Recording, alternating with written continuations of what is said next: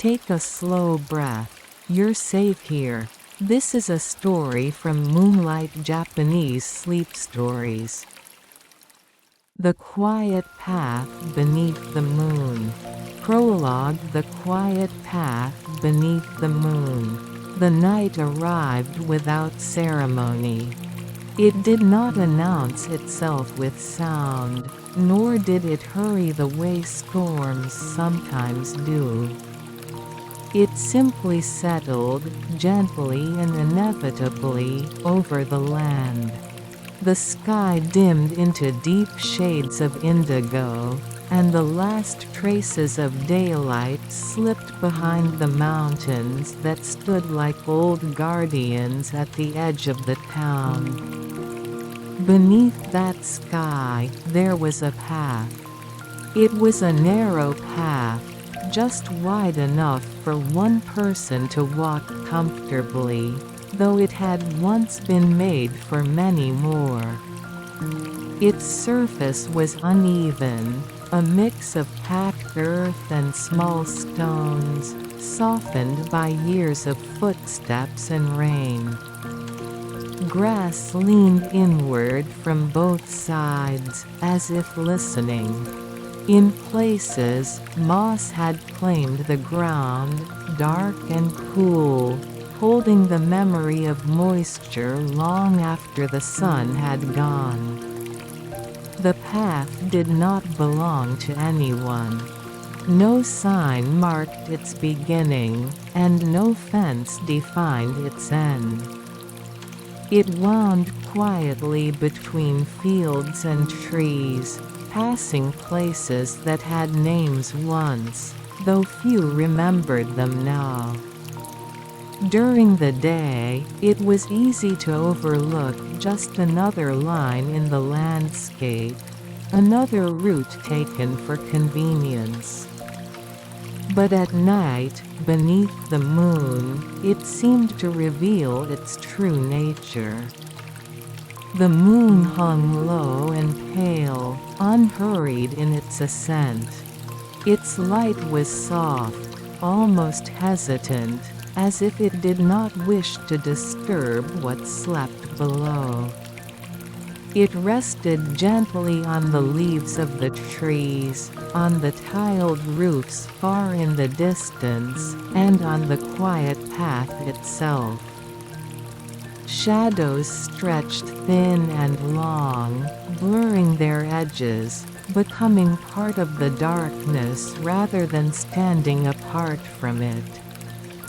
There was no wind strong enough to move the branches.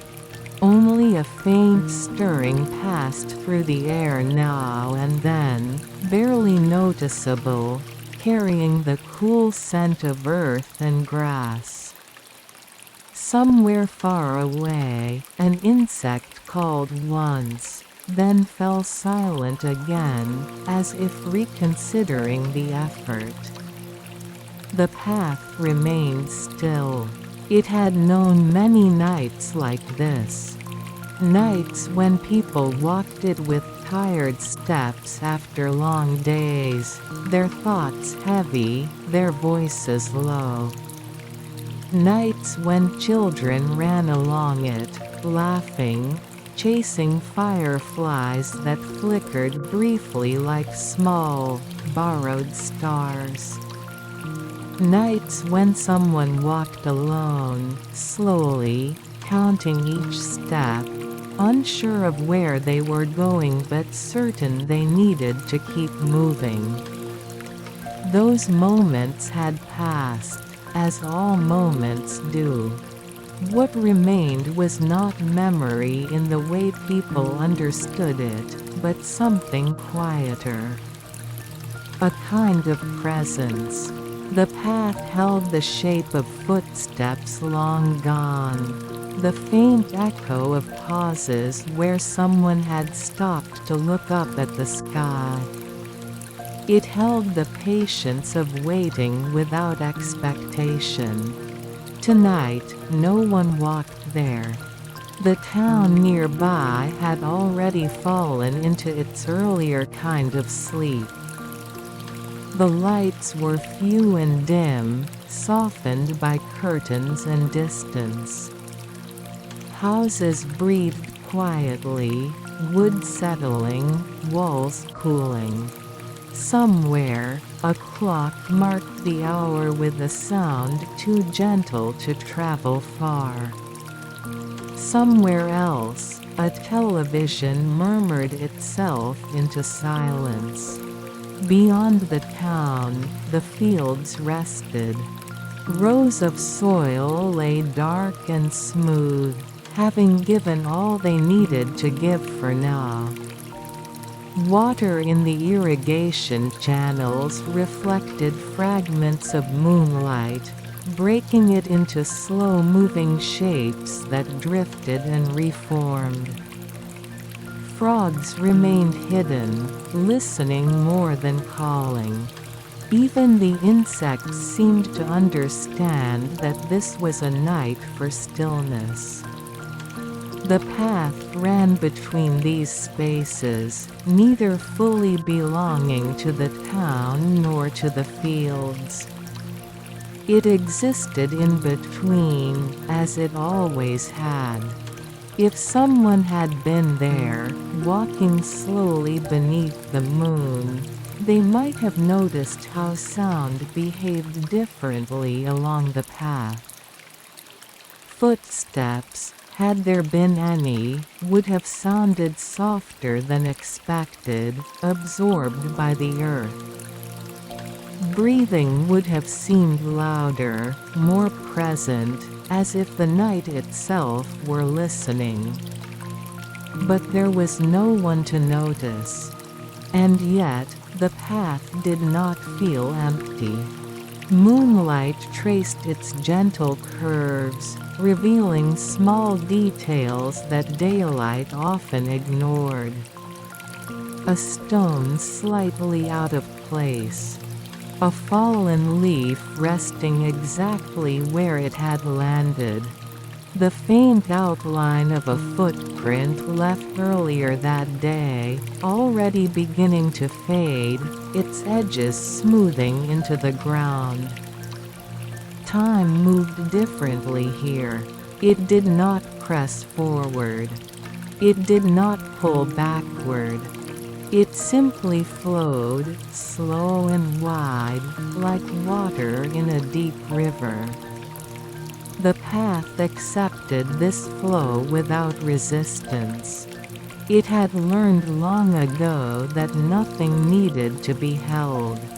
Above, the moon continued its quiet watch.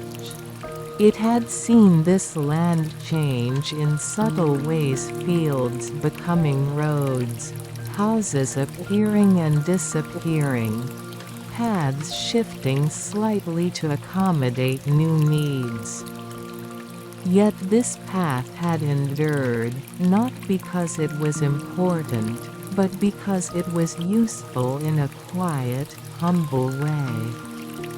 It asked for nothing, and so it was rarely taken away. A cloud passed briefly across the moon, dimming the light. For a moment, the path was harder to see, its edges dissolving into shadow. The world narrowed, as if taking a slow breath inward. Then the cloud moved on, unhurried, and the moonlight returned, unchanged, as though nothing had happened. The path remained. Somewhere along it, a small wooden sign leaned slightly, its surface worn smooth. The writing that had once marked the destination was no longer legible. Rain and sun had taken turns with it over many years, until meaning faded into texture. The sign no longer pointed anywhere specific. It simply existed, another quiet companion to the night. If the path could have spoken, it would not have told a story. It would not have explained itself or offered guidance. It would have said nothing at all, because silence was what it understood best. In that silence, there was room for rest. Room for thoughts to slow, to loosen their grip. Room for breathing to become steady and unremarkable. The night deepened. Stars appeared one by one, not in a hurry, filling spaces between darkness rather than competing with it. Their light was distant and calm, untouched by whatever concerns might trouble the waking world. They did not shine for anyone in particular. Neither did the moon. And yet, beneath that gentle light, the quiet path seemed ready. Not waiting in anticipation, but available. Present, as it always was. Sooner or later, someone would walk there again.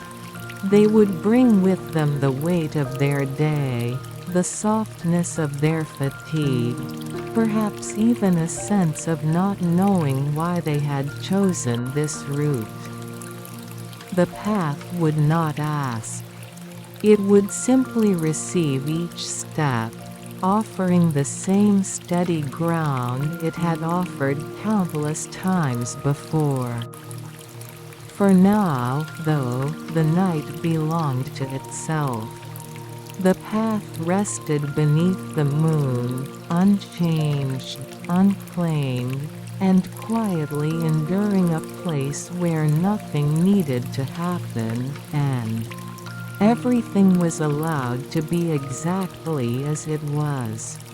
Chapter 1: The Town Where the Night Arrives Early. The town lay tucked between low mountains, their silhouettes rising gently against the darkening sky.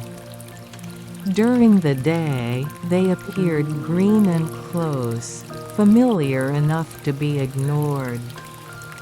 But at night, they seemed to lean inward, drawing the light away sooner than expected.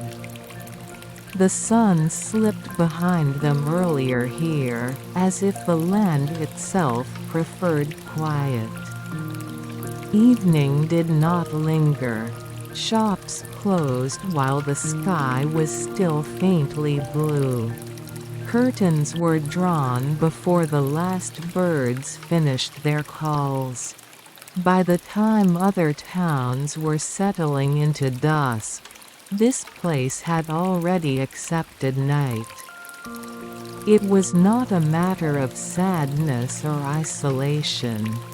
It was simply the way things were. Street lights turned on one by one, not bright, not new. Their glow spread softly, stopping just short of the corners where shadows gathered. The roads were narrow, their surfaces worn smooth by years of ordinary use. A single car passed occasionally, its sound fading quickly, as if absorbed by the hills. The town did not resist sleep. Houses stood close together, modest in size, built with practicality rather than ambition. Wooden walls creaked quietly as temperatures shifted. Roof tiles held the day's warmth a little longer, releasing it slowly into the night air. Inside, lights remained low, chosen less for visibility than for comfort. In one of these houses, a person moved slowly from room to room. There was nothing unusual about them. No defining feature that demanded attention. Their presence was calm, almost unremarkable, shaped by habits formed over many years. They moved without hurry, without hesitation, as though time itself had softened around them. They paused near a window. Outside, the street was empty. A stray cat crossed from one shadow to another, its tail held low, its steps precise and soundless.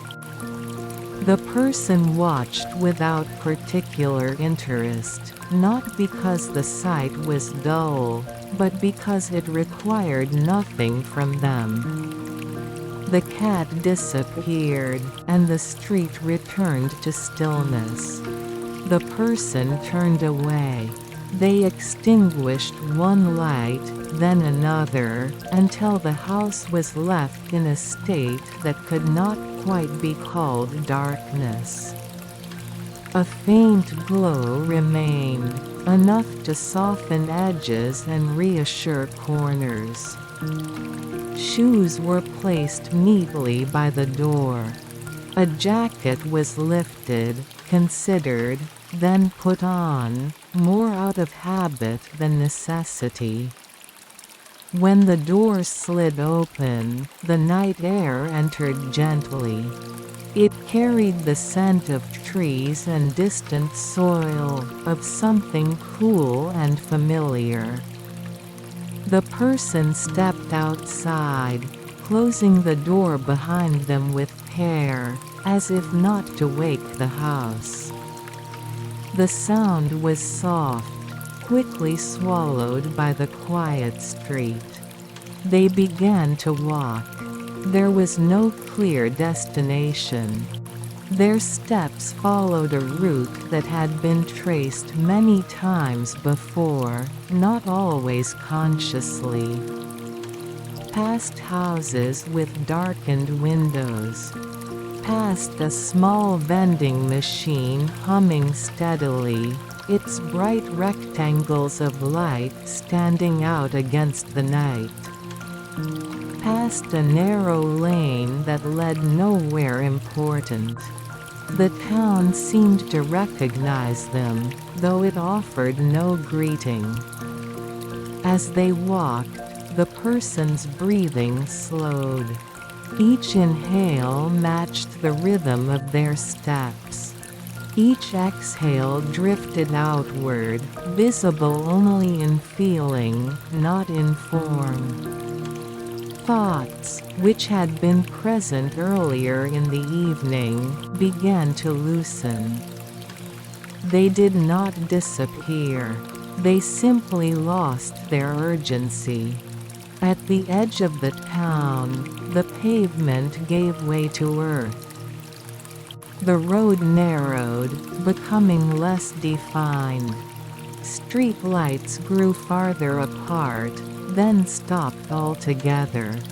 In their place, the moon took on its quiet role, illuminating what it could without insistence.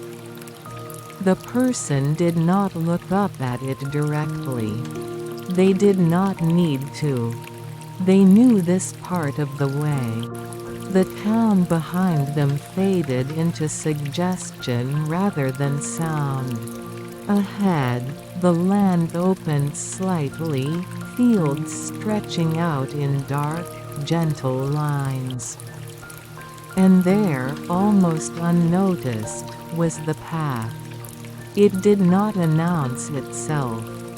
It never had. The person stepped onto it without thinking, their foot finding familiar ground. The earth was firm but forgiving. Small stones shifted subtly beneath their weight, producing a sound so faint it felt imagined. The path accepted the step. As they moved forward, the town seemed to release them. Not in farewell, but in quiet understanding. The person's shoulders lowered slightly. Their pace adjusted to something slower, more natural. The night here felt deeper. Insects murmured at the edges of hearing, their sounds blending into a single, steady presence. The fields rested on either side, holding the day's memory without asking to share it. The moonlight traced the path ahead, revealing enough, never too much. The person walked on. They did not think of the past, nor did they plan for the next day. Those things existed, but they did not insist on being acknowledged. For now, there was only the path, the sound of careful steps, and the early night that this town had always known. And above it all, unseen but constant, the moon continued its patient watch, as the quiet path carried another presence forward, one unhurried step at a time. Chapter 2: A house with lights always dimmed. The house stood slightly apart from the others, not far, but just enough to suggest a preference for quiet. It faced no main road, only a narrow lane that curved gently away from the town and toward the fields. During the day, it blended easily into its surroundings.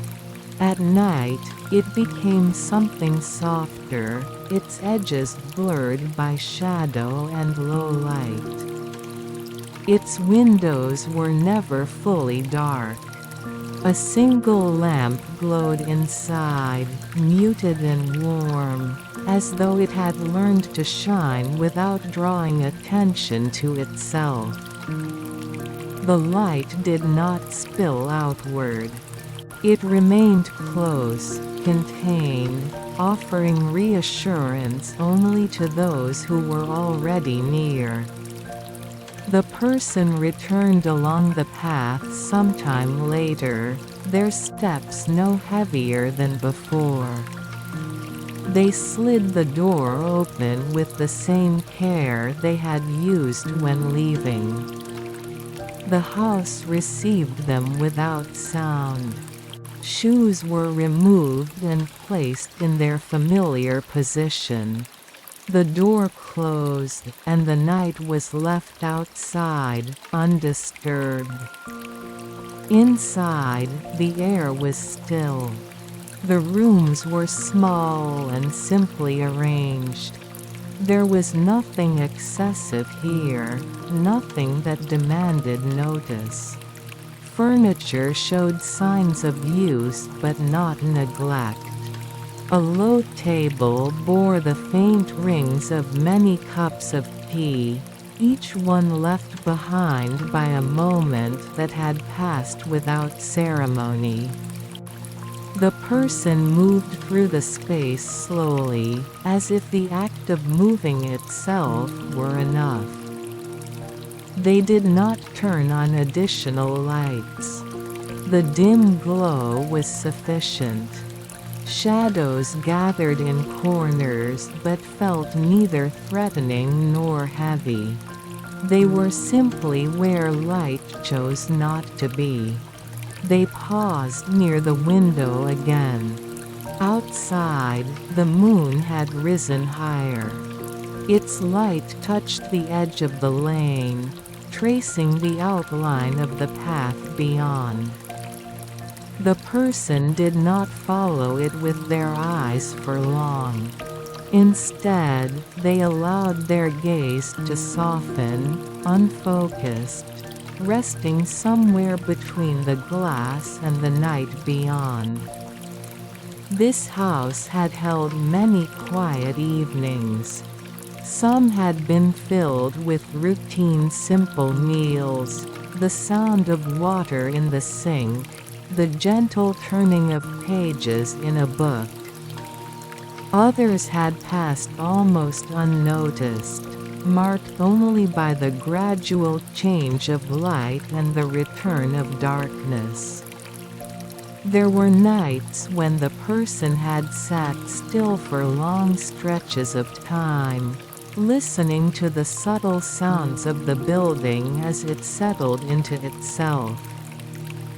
Tonight felt like those nights. They set a kettle on the stove, its presence more symbolic than necessary. The water inside would warm slowly, quietly. There was no rush. While waiting, the person sat on the floor near the table, their posture relaxed, their hands resting loosely in their lap.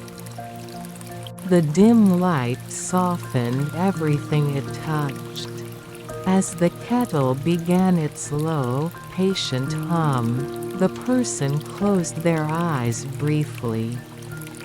Not to sleep, just to rest them. Behind closed lids, the world did not disappear. It became quieter, less defined. Breath moved in and out without effort, steady and unremarkable. The kettle reached its gentle conclusion. The person rose, poured the water, and returned to their place. Steam lifted from the cup, then faded, leaving only warmth. They held it with both hands, not to warm themselves, but to feel its presence. Time passed. It passed without being counted, without being marked by anything more than subtle changes, the cooling of the tea, the shift of moonlight across the floor, the deepening of silence outside. The town, already asleep, settled further into itself. Eventually, the person stood again. They moved to a small shelf near the wall and took down a folded cloth. Inside it was an object they did not often use but never considered discarding. It was smooth from age and touch, its surface worn in places where fingers had rested most often. They did not open it. Instead, they held it for a moment, acknowledging it without engaging further. Then it was returned to the shelf, the cloth folded just as carefully as before. The lights remained dim. When the person finally lay down, they did so without ceremony. The bedding was cool at first, then slowly adjusted. The room did not grow darker. It remained exactly as it had been, as though understanding that complete darkness was unnecessary. Outside, the path lay quiet beneath the moon. Inside, the house breathed softly, holding its small, steady light, as the person rested, not asleep. Not fully awake content to remain in the gentle space between. Chapter 3: The Shrine Without a Name. Morning did not arrive all at once. It unfolded slowly, without urgency, as though the night were reluctant to leave and the day were willing to wait. The sky lightened in subtle layers, pale gray giving way to soft blue, the mountains emerging again as familiar shapes rather than dark outlines. The town stirred only slightly. A curtain shifted. A door opened and closed. Somewhere, water ran briefly, then stopped. These sounds did not break the quiet. They simply joined it, becoming part of the same calm rhythm. By the time the sun was fully present, the person was already awake. They moved through the house with the same unhurried pace, preparing for the day without making any distinction between necessity and choice. A simple meal was eaten. The cup from the night before was rinsed and set aside. The dim light was replaced by daylight, though the house remained subdued, as if it preferred shadows even in the sun. When they stepped outside, the air was cool and clean. The path was visible now in a different way. Where moonlight had softened its edges, daylight revealed its details. Small stones embedded in the earth. The gentle curve where it bent around a stand of trees. The slight incline was barely noticeable until one was already walking on it. The person followed it without hesitation.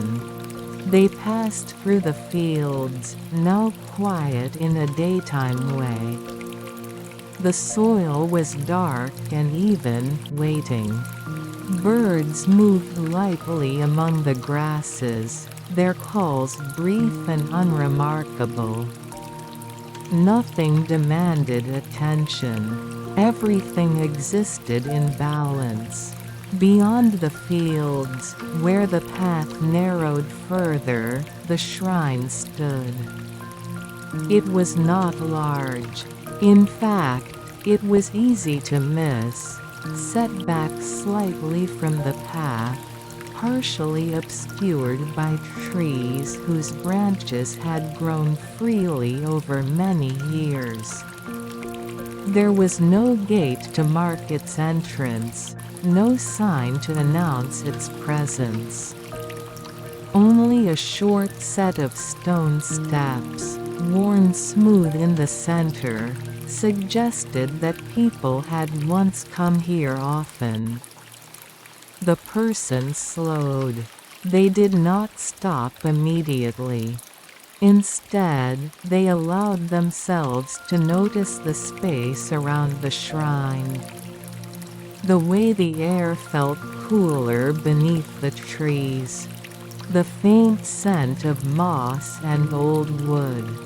The stillness that seemed deeper here, layered, as if many quiet moments had gathered and remained. At last, they stepped onto the first stone. Each step was taken carefully, not out of reverence exactly, but out of habit. The stones were uneven, their surfaces shaped by time rather than design. The person adjusted their balance without thinking, trusting their body to remember what it had done before.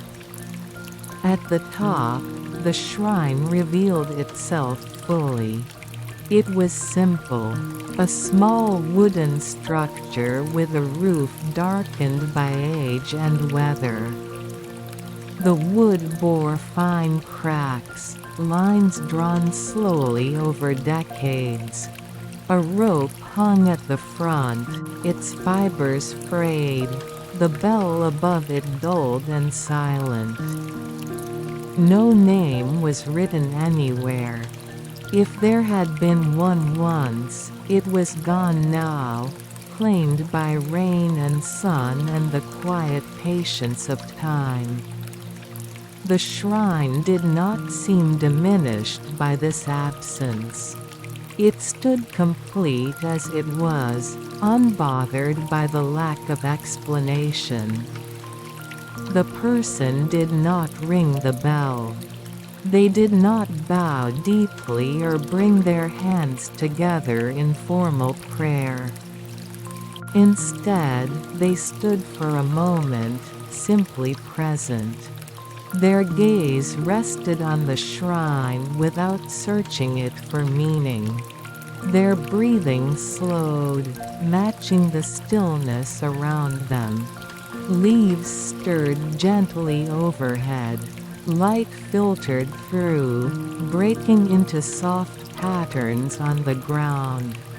Dust drifted lazily in the air, visible only where the sun chose to touch it. The world here felt slightly removed, not separated, but set aside. The person closed their eyes. There was no request forming in their mind. No words waiting to be spoken. They were not seeking guidance or reassurance. They were simply acknowledging this place, and allowing it to acknowledge them in return.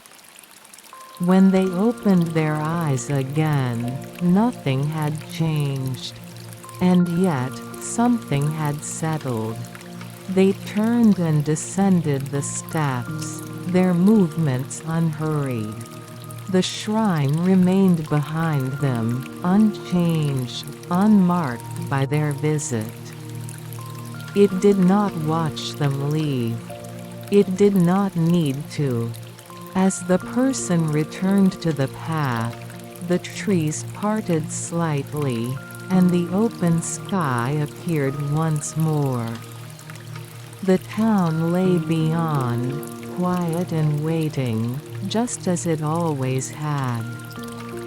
The shrine without a name stood in its place, holding its silence, while the path continued onward, ready to carry the day as gently as it had carried the night. Chapter 4: Rain that falls only at night. The rain began without warning. No heavy clouds were gathering in the afternoon, no shift in the wind to suggest what would come later. The day passed in its usual quiet manner, light moving slowly across the fields, shadows stretching and retreating. By evening, the sky was clear, pale, and calm.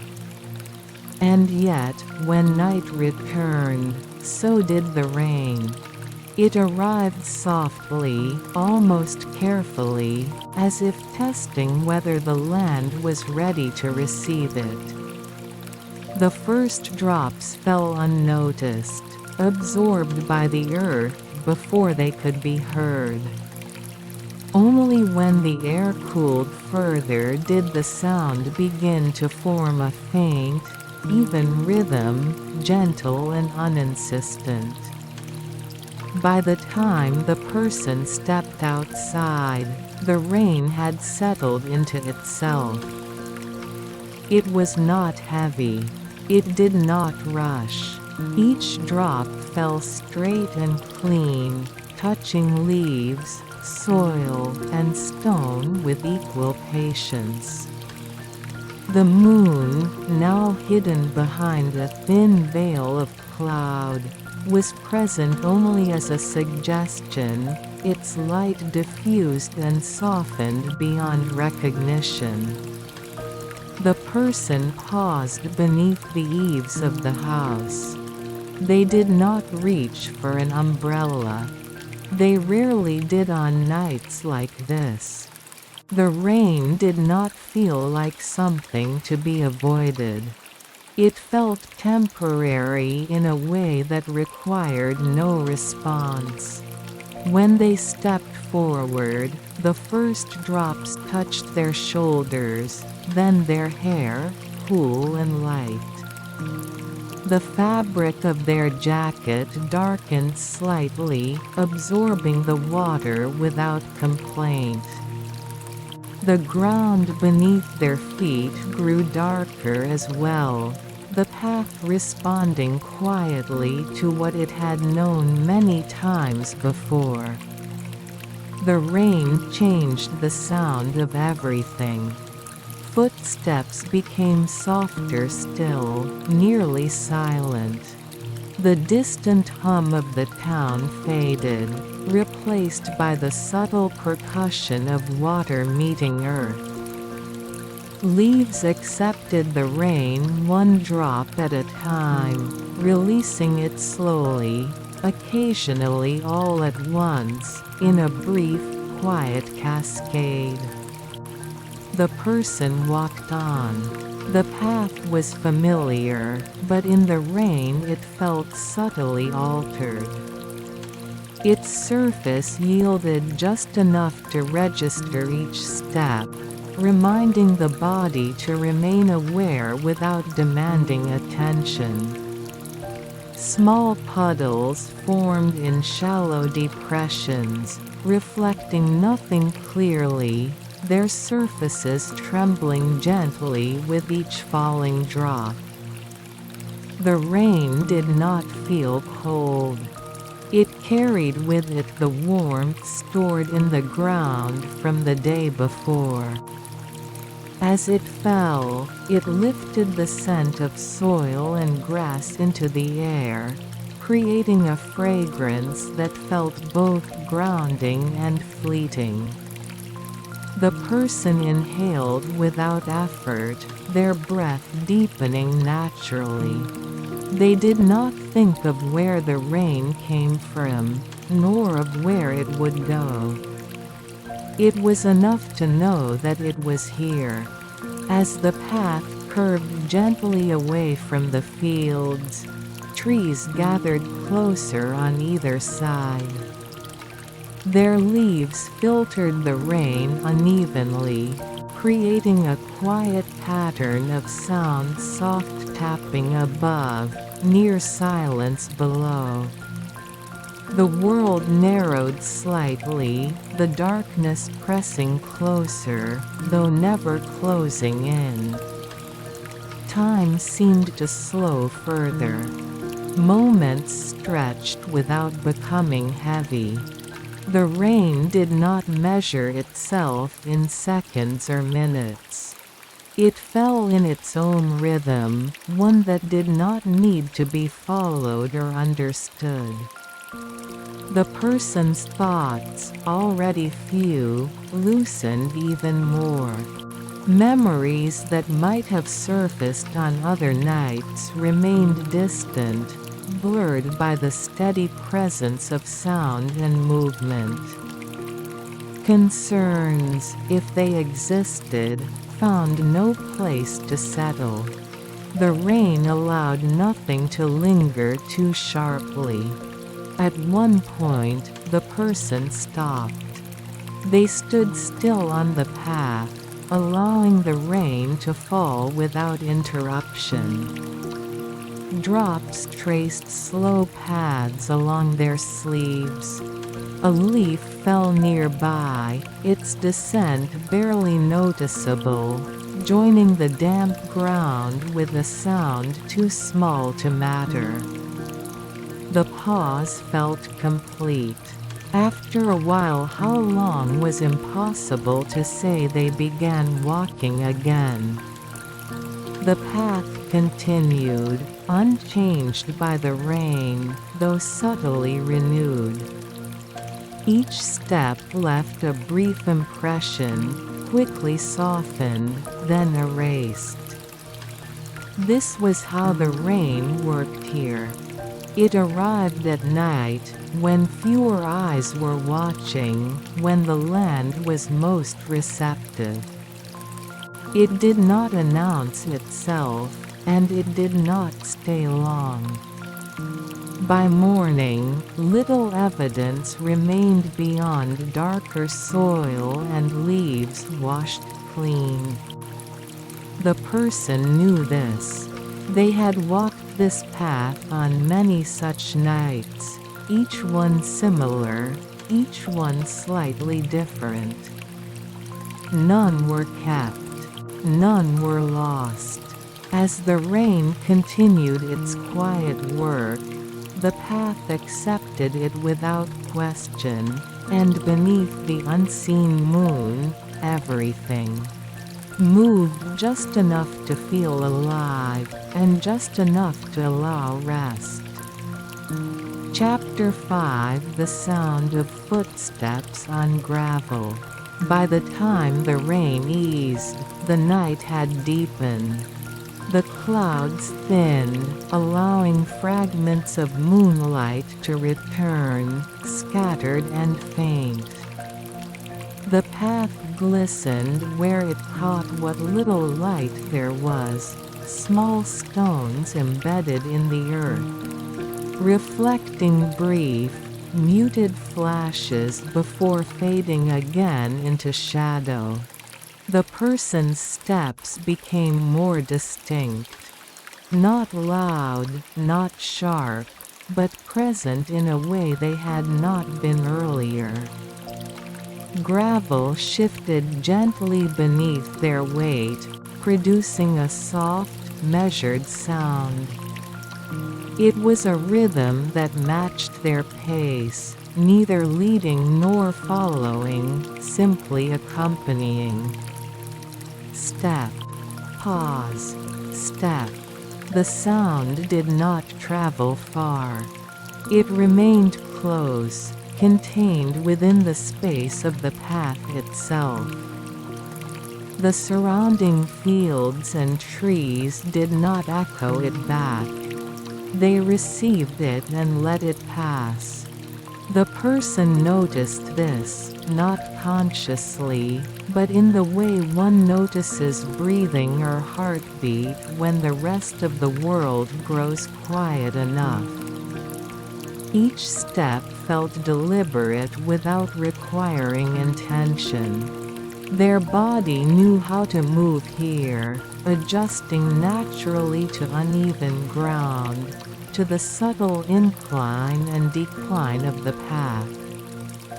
The night felt open. The rain had cleared the air, leaving it cool and smooth.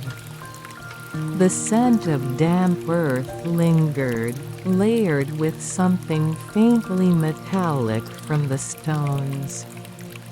Above, the sky was a deep, calm black, the moon only partially visible, as though content to remain behind its veil. The path curved slightly, leading toward a stretch where gravel was more abundant. Here, the earth gave way to a bed of small, rounded stones, pale and dark mixed without pattern.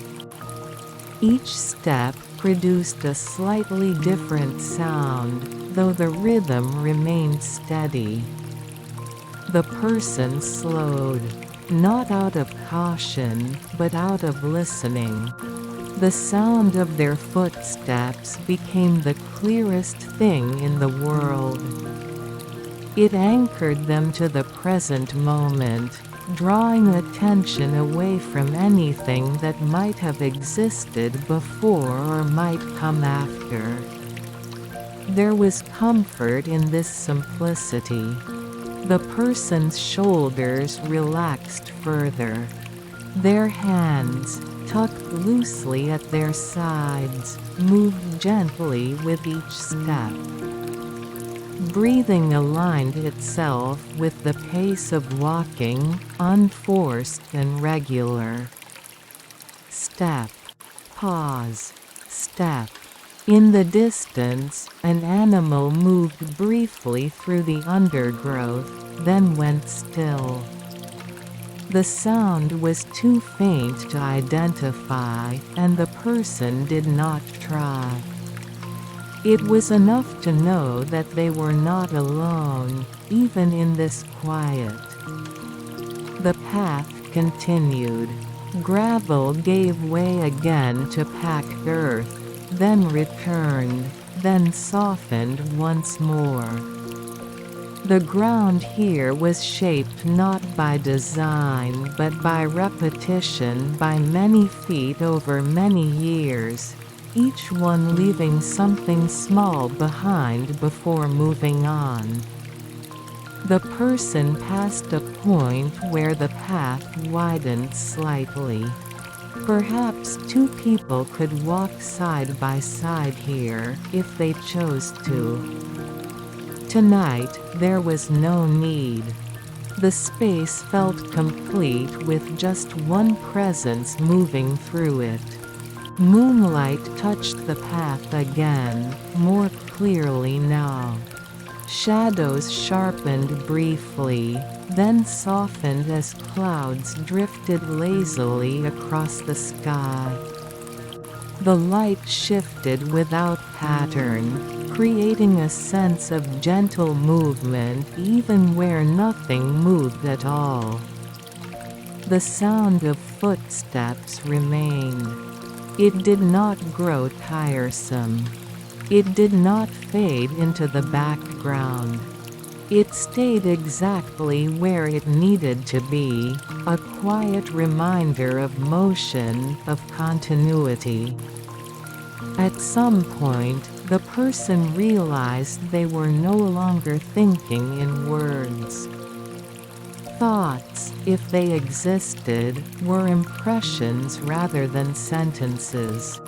Sensations replaced explanations.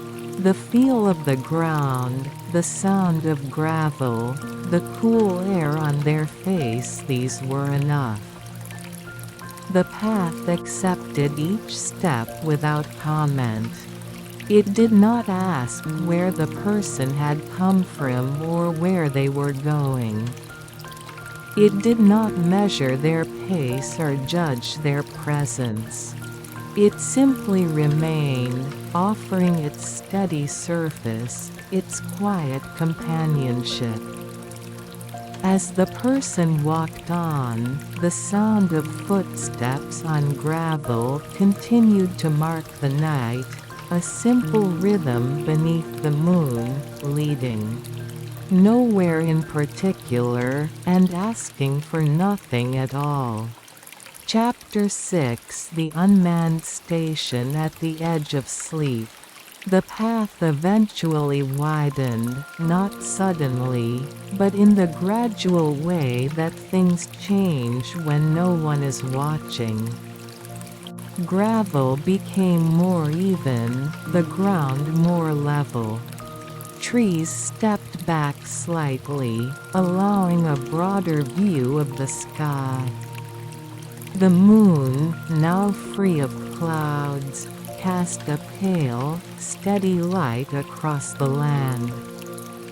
Ahead, a structure emerged. It was small and simple, standing quietly beside a single set of tracks.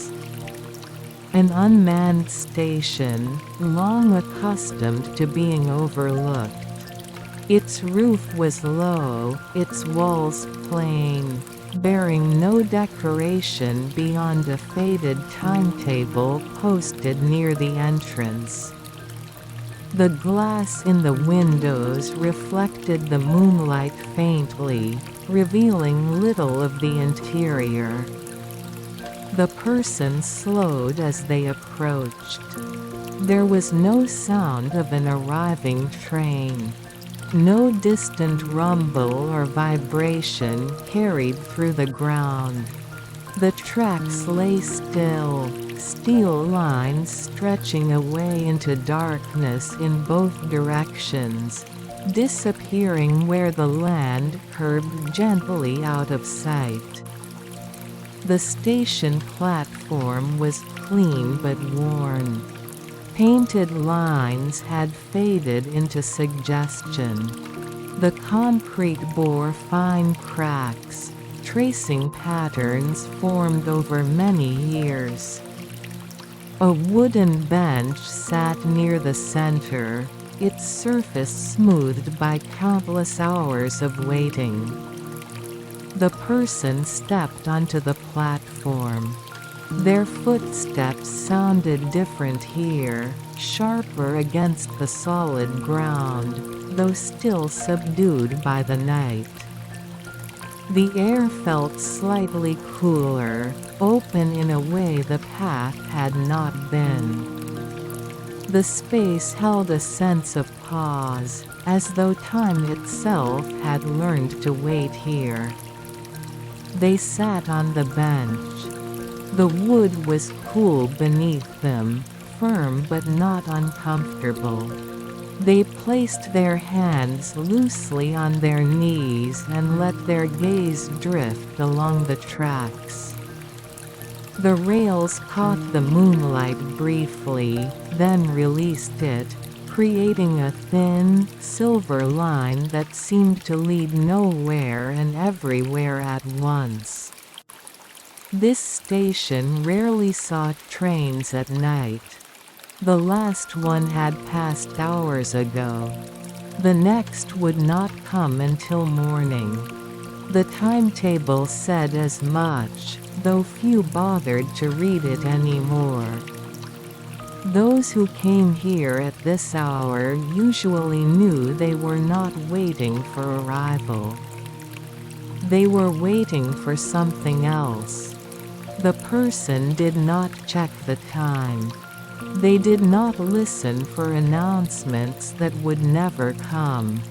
Instead, they allowed the stillness to settle around them. The station did not resist their presence. It had learned long ago that waiting was not an action, but a state. Somewhere in the distance, a signal light blinked once, then again, steady and indifferent. Insects moved through the grass beyond the platform, their sounds muted, almost hesitant, as if mindful of the quiet. The person's breathing slowed further. Each breath seemed to sink deeper, reaching a place where effort was unnecessary. Their eyelids grew heavy, not with the insistence of sleep, but with its gentle suggestion.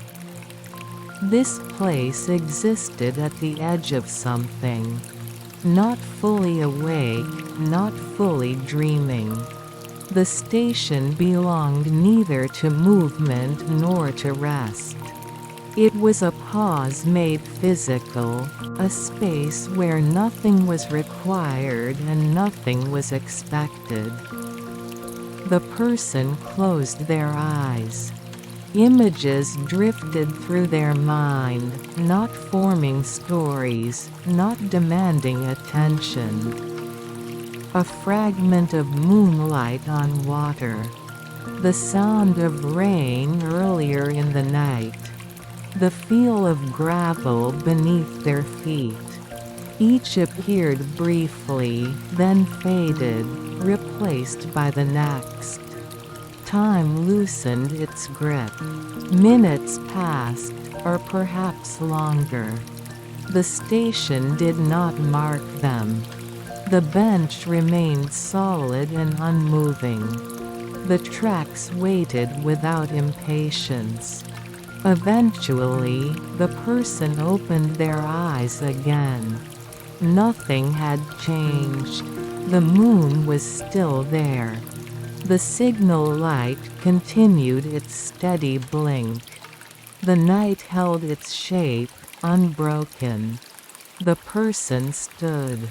They stepped off the platform and returned to the path that led away from the station.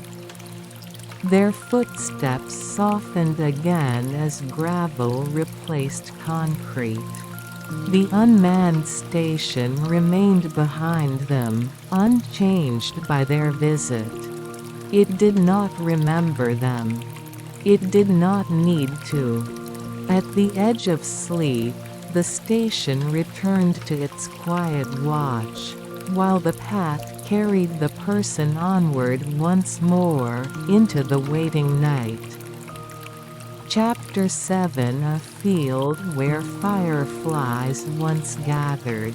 Beyond the station, the land opened gently. The path led away from the tracks and into a wide field, its boundaries suggested rather than defined. During the day, this place appeared ordinary, just another stretch of grass and soil, shaped by years of careful tending and quiet neglect. At night, it became something softer, less certain. The moonlight spread thinly here. There were no trees close enough to gather shadow, no structures to interrupt the open sky. The light rested evenly on the field, revealing subtle variations in height and texture. The grass moved slightly in the night air, though no wind could be felt. The person slowed as they entered. Their steps were quieter here, absorbed almost completely by the ground. The field seemed to listen in a different way than the path had. It did not echo. It did not respond. It simply held everything gently, as if nothing needed to be acknowledged. This was a place where fireflies had once gathered. Not recently, not within a time that could be easily measured, but long enough ago that the memory of it had softened, losing its sharp edges. On warm summer nights, small lights had hovered here, drifting slowly above the grass, appearing and disappearing without pattern. The person remembered this without trying.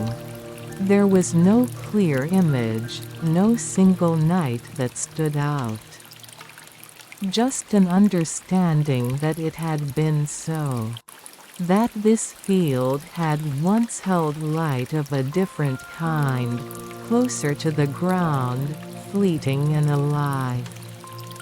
Now, there were none. The field was dark, uninterrupted by movement or glow. And yet, it did not feel empty. The absence of fireflies was not a loss here. It was simply another layer of time settling into place. The person walked a little farther in, then stopped. They stood still, allowing the field to surround them. The open sky above felt vast but not overwhelming. The earth beneath their feet was cool and steady, unchanged by memory. If they listened closely, they could hear the faintest sounds. Insects moved through the grass, careful and small. Somewhere far away, water flowed slowly, its presence suggested more by feeling than by sound. The world did not announce itself. It continued quietly, whether observed or not. The person's gaze drifted across the field. They did not search for fireflies. They did not imagine them returning.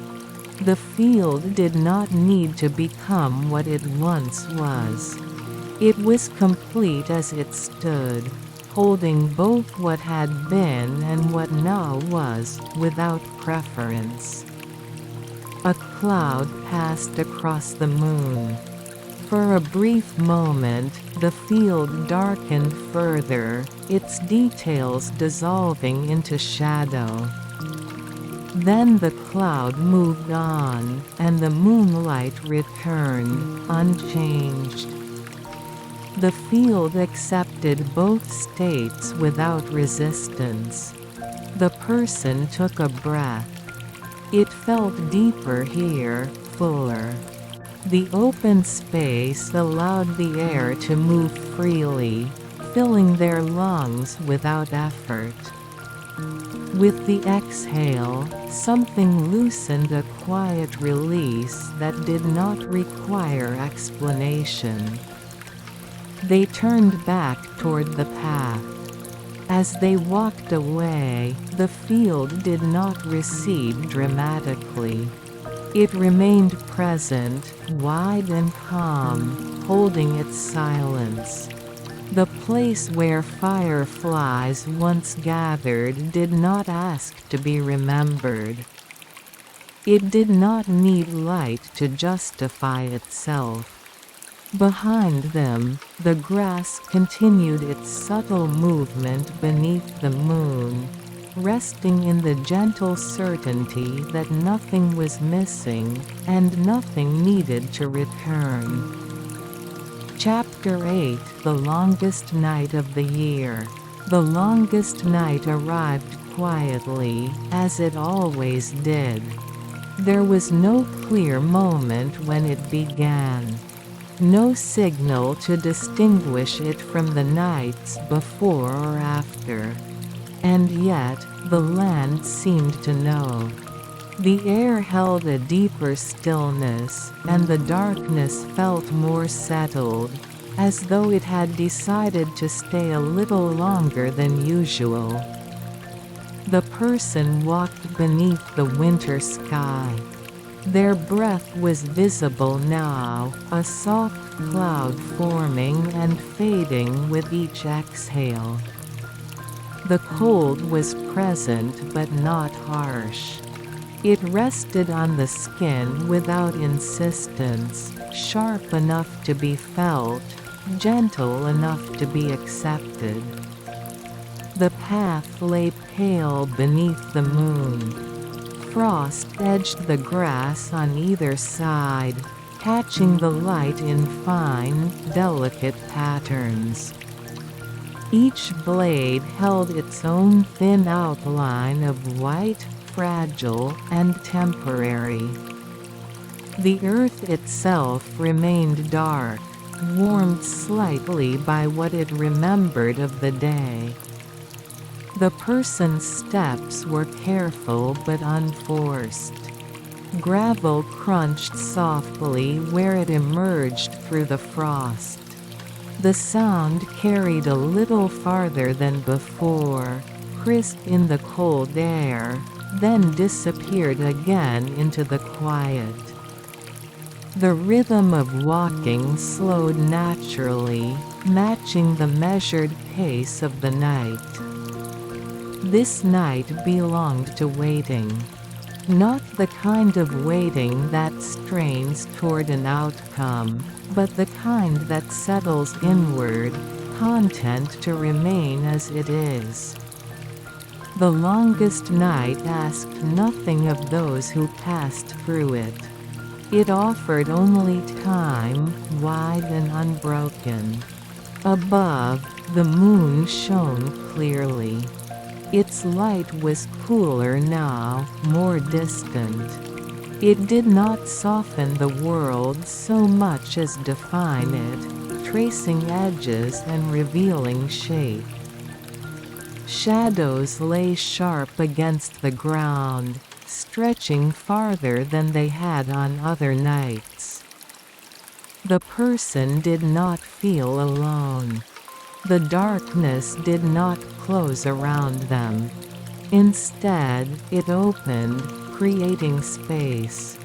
The sky felt vast but calm, its depth reassuring rather than overwhelming. Stars appeared slowly, steady points of light that did not flicker or fade. They walked on.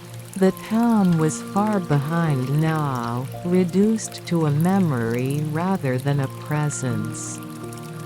Even the unmanned station felt distant, as though it belonged to another layer of the night.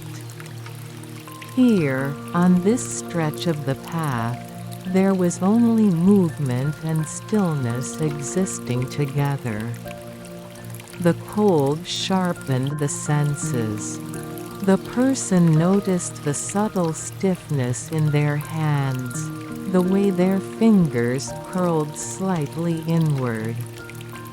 They noticed the sound of their coat shifting with each step.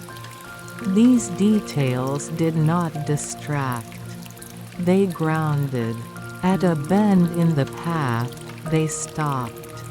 Ahead, the land dipped gently, revealing a wider view of the valley. The moonlight spread thinly across it, touching rooftops, fields, and trees alike. Everything seemed paused, suspended within the long night. The person stood there for some time. They did not measure it. The longest night did not need to be endured or passed through. It was enough to exist within it, to allow its length to unfold without resistance. Eventually, they moved again. Their steps felt lighter now, as though something unnecessary had been left behind at the bend in the path. The cold no longer pressed as sharply. Breath moved more easily, deeper and slower. The longest night continued. It would not end quickly. Dawn was still far away, waiting beyond the mountains. But there was no urgency to reach it. The night held its place with quiet confidence. And beneath the steady winter moon, the path carried the person onward, unrushed and unburdened, through the calm heart of darkness. Chapter 9: The Sea That Reflects Nothing. The path changed again, almost without notice. The ground grew firmer, the air heavier with salt. Somewhere ahead, beyond what could be seen in the dark, the sea waited. Its presence announced itself not with sound at first, but with a subtle shift in scent and pressure, as though the land itself were leaning gently toward it. By the time the person reached the edge of the coast, the night had deepened further. The beach was narrow here, a quiet strip of sand and stone pressed between dark water and darker land. There were no lights along the shore. No boats rested nearby. The sea lay open and unmarked, stretching outward into the distance without interruption. The moon hung high above.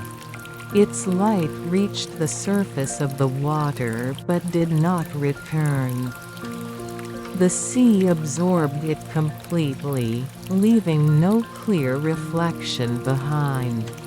Waves moved slowly, their edges barely visible, forming and dissolving without a sound sharp enough to be called noise. The person stopped near the water's edge. They did not remove their shoes. They did not step closer than necessary. The sea did not invite approach, and they did not feel compelled to answer.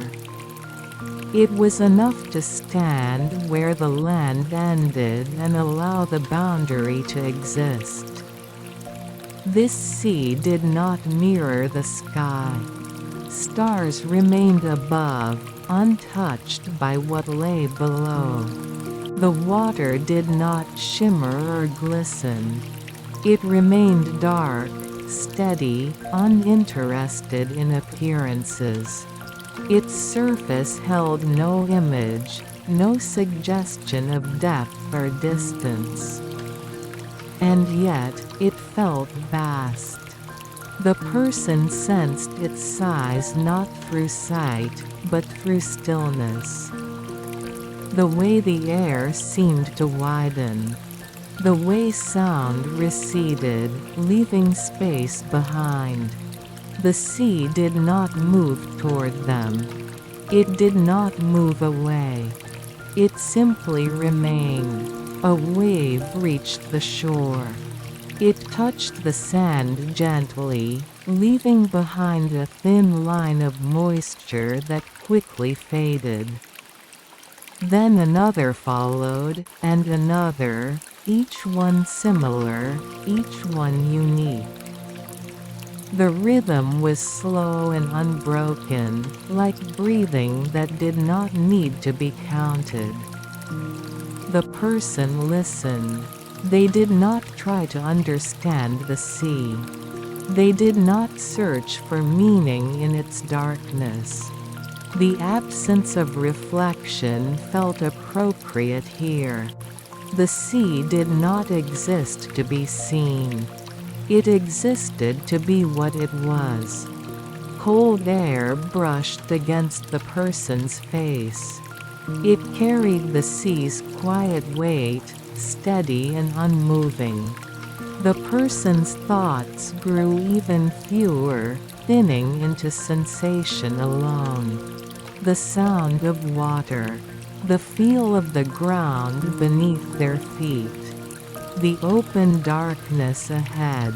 They stood there for a long while. Time did not press.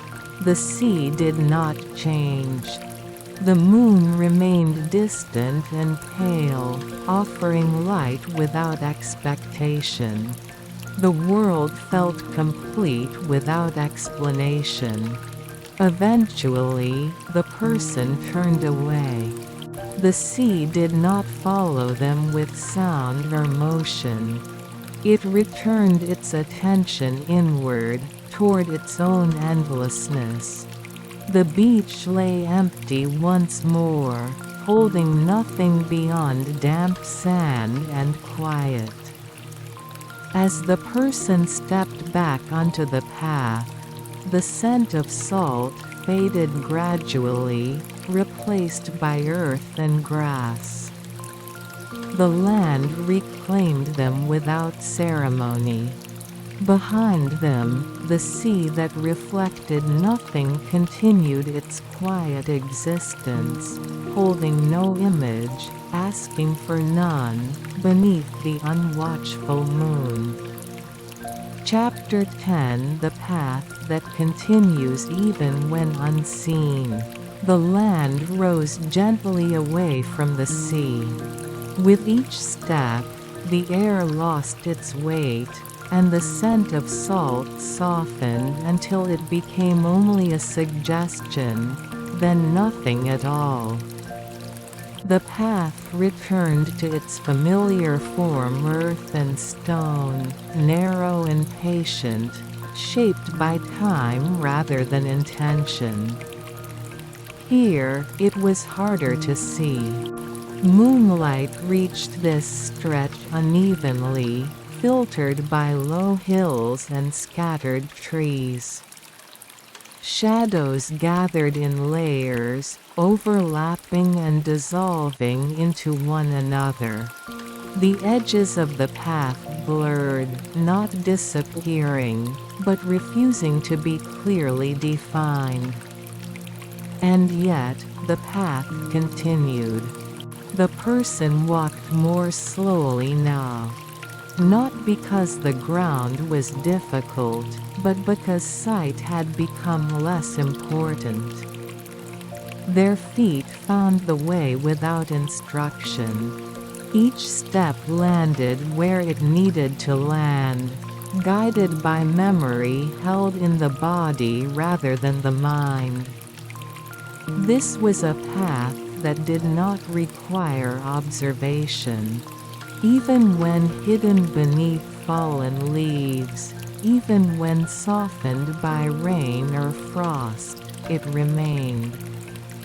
It adjusted, yielding slightly, then returning to itself. It did not insist on being seen to justify its existence. The night deepened around them. The sky was still there, though mostly obscured.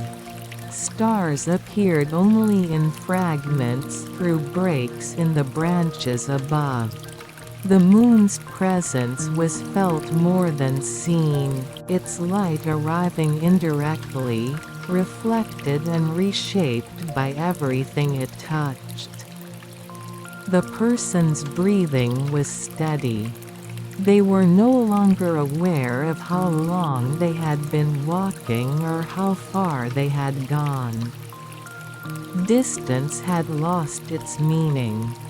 The path did not measure itself in length. It unfolded one step at a time, offering only what was immediately necessary. A leaf shifted underfoot. The sound was soft, brief, then gone. Somewhere nearby, a tree settled with a faint creak, adjusting to the night air. These sounds did not interrupt the silence. They completed it. The person paused, not because they were uncertain, but because the pause felt natural here. They stood still, allowing the darkness to gather fully. Without movement, the world seemed to widen. Sounds that had been unnoticed before became present: the distant flow of water, the subtle movement of night creatures, the faint hum of the earth itself. The path remained beneath them. It did not vanish when they stopped. It did not shift when they moved again. It was not dependent on momentum. It existed independently, steady and reliable. The person resumed walking. Their steps felt lighter now, almost detached from effort. The body moved as though guided by something older than intention. Thought had become unnecessary. There was no need to consider direction or destination. The path did not lead somewhere else. It led through darkness, through quiet, through the space where attention loosened and awareness softened. It carried the person not forward or back, but inward, toward a place where movement and rest were no longer separate. Even unseen, the path continued. It curved gently, descending slightly, then leveling out again. Each change was subtle, barely perceptible unless one was paying close attention. The person did not need to. They trusted. And beneath the moon, hidden now, but still present, the quiet path held its course, carrying the person onward, one unseen step at a time. Chapter 11: A Voice That Is Not a Voice. At some point, the person became aware of a presence. It was not sudden. It did not arrive as a thought or a sound. It emerged gradually, like the awareness of warmth after stepping into sunlight, or the realization of silence after noise has faded. There was nothing new in the landscape, nothing added to the night. And yet, something felt nearer. The path did not change. It continued beneath their feet, steady and unremarkable. The darkness remained layered and calm. The air held the same cool stillness. If someone had been watching from a distance, they would have seen nothing unusual at all. The presence did not come from outside. It did not walk beside the person, nor did it follow behind. It did not stand ahead as something to be approached. Instead, it existed in the space around awareness itself, subtle and indistinct. Like a voice that did not speak. There were no words, no sentences formed, no messages delivered. And yet, there was a sense of being accompanied, not watched, not guided, simply not alone in the way one can be alone while thinking. The person did not turn their head. They did not look around for the source. There was no need. The presence was not something that could be seen. It did not occupy space in the usual way. It was closer to a feeling than an entity, closer to a pause than a sound. The path accepted this without reaction. It had known many such moments. Times when those who walked it became aware of something beyond their own steps and breath. The path did not name these moments. It did not hold on to them. It allowed them to pass like everything else. The person's pace slowed further. Each step felt lighter, less bound to effort. The ground beneath them seemed to rise slightly to meet their feet, reducing the need to press down. Movement became almost automatic, happening without instruction. The presence did not interrupt. It did not demand attention or response. It did not ask to be understood. It simply existed, quiet and steady, like the night itself.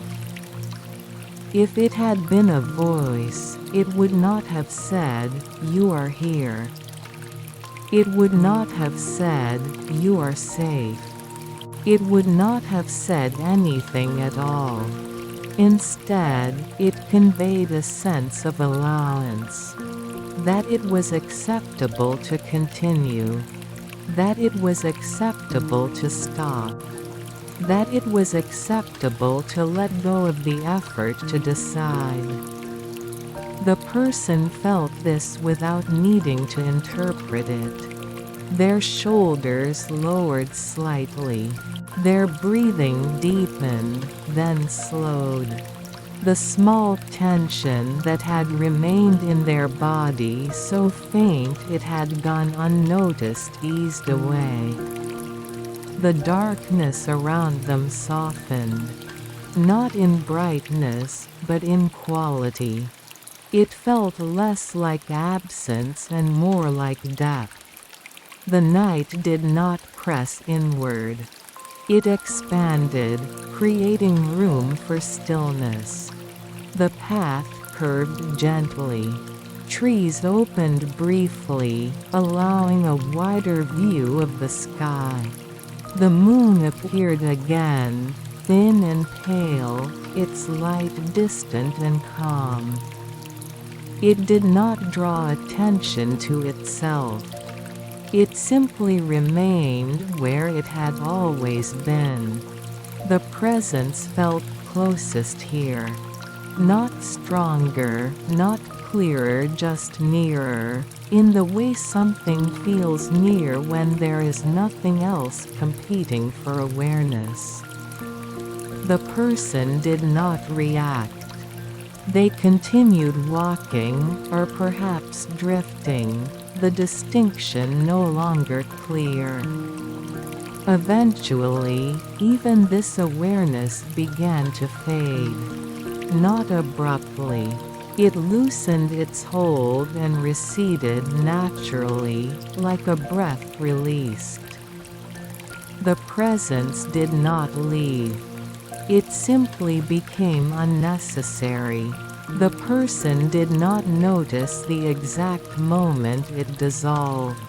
They were already moving beyond the need to notice. The path continued, unchanged by what had passed through it. The night resumed its quiet balance. The moon watched without comment. And the voice that was not a voice settled back into silence, leaving behind nothing to remember, and nothing that needed to be held. Chapter 12. When the moon begins to fade. The night did not end all at once. It softened. Somewhere beyond the hills, beyond the path and the fields and the quiet town, the sky began to change in ways too subtle to name. Darkness did not retreat. It simply loosened, allowing space for something lighter to approach. The moon remained, but its presence thinned. Its light no longer felt central.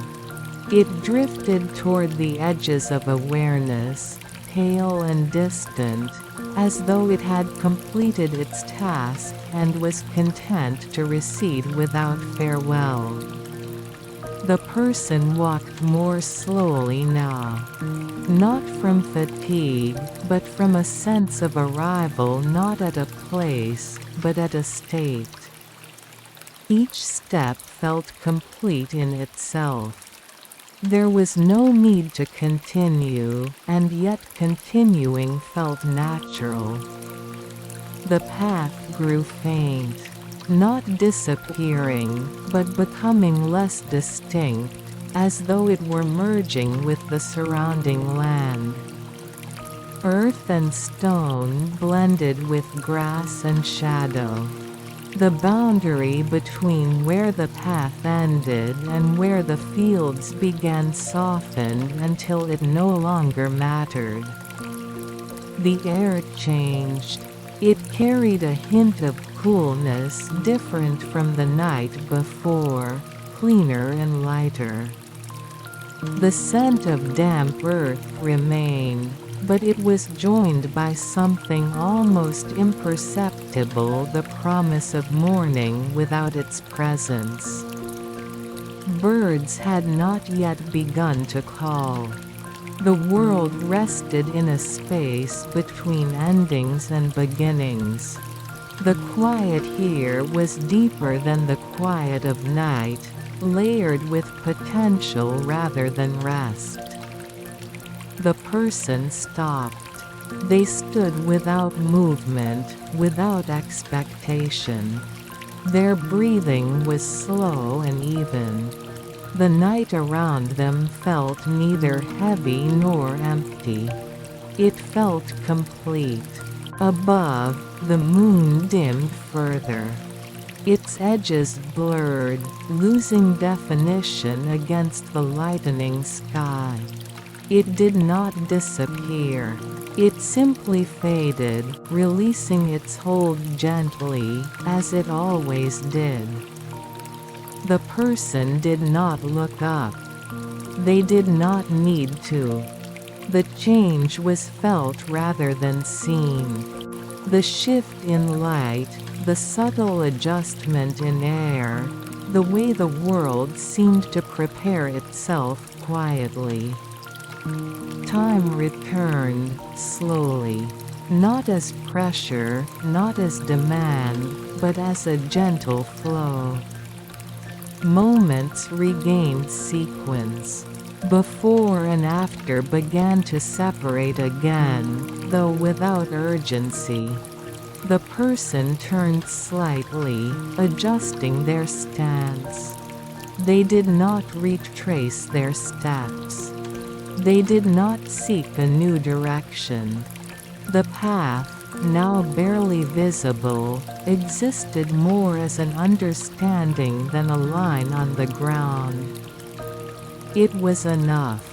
As the sky continued to pale, the night released what it held. The stillness did not vanish. It simply changed shape, becoming something that could be carried forward. The moon's work was done. And as its light thinned into memory, the quiet path rested, allowing the world to move gently toward morning, unchurched and unafraid. Epilogue: the path remains. Morning arrived without sound. Light spread slowly across the land, not as an announcement, but as a quiet agreement between sky and earth. Colors returned: gently muted greens, soft browns, the pale gray of stone. The world did not awaken suddenly. It simply continued. The path was there. In daylight, it looked ordinary. Narrow, uneven, easy to miss if one were not paying attention.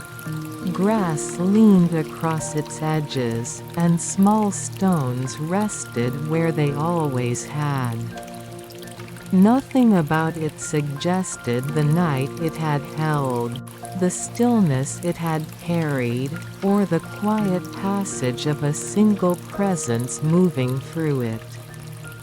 And yet, it remained unchanged. The fields nearby stirred faintly. Dew clung to leaves and blades of grass, catching the early light before slipping away. Somewhere, a bird called once, testing the air, then called again. The sound did not break the calm. It belonged to it. The town beyond the fields began its slow return. A door opened. Footsteps crossed a narrow street. A kettle was set on a stove. These small movements did not erase the night. They layered themselves gently on top of it. The person was no longer there. There was no sign of where they had walked or where they had stopped. No imprint remained on the path, no trace that could be followed. The ground had already softened back into itself, accepting the morning as it had accepted the night. The path did not remember them. Not because the moment was unimportant, but because remembering was unnecessary. The path did not retain what had passed over it. It did not need to. It existed for movement and for stillness. It existed whether someone walked it or not.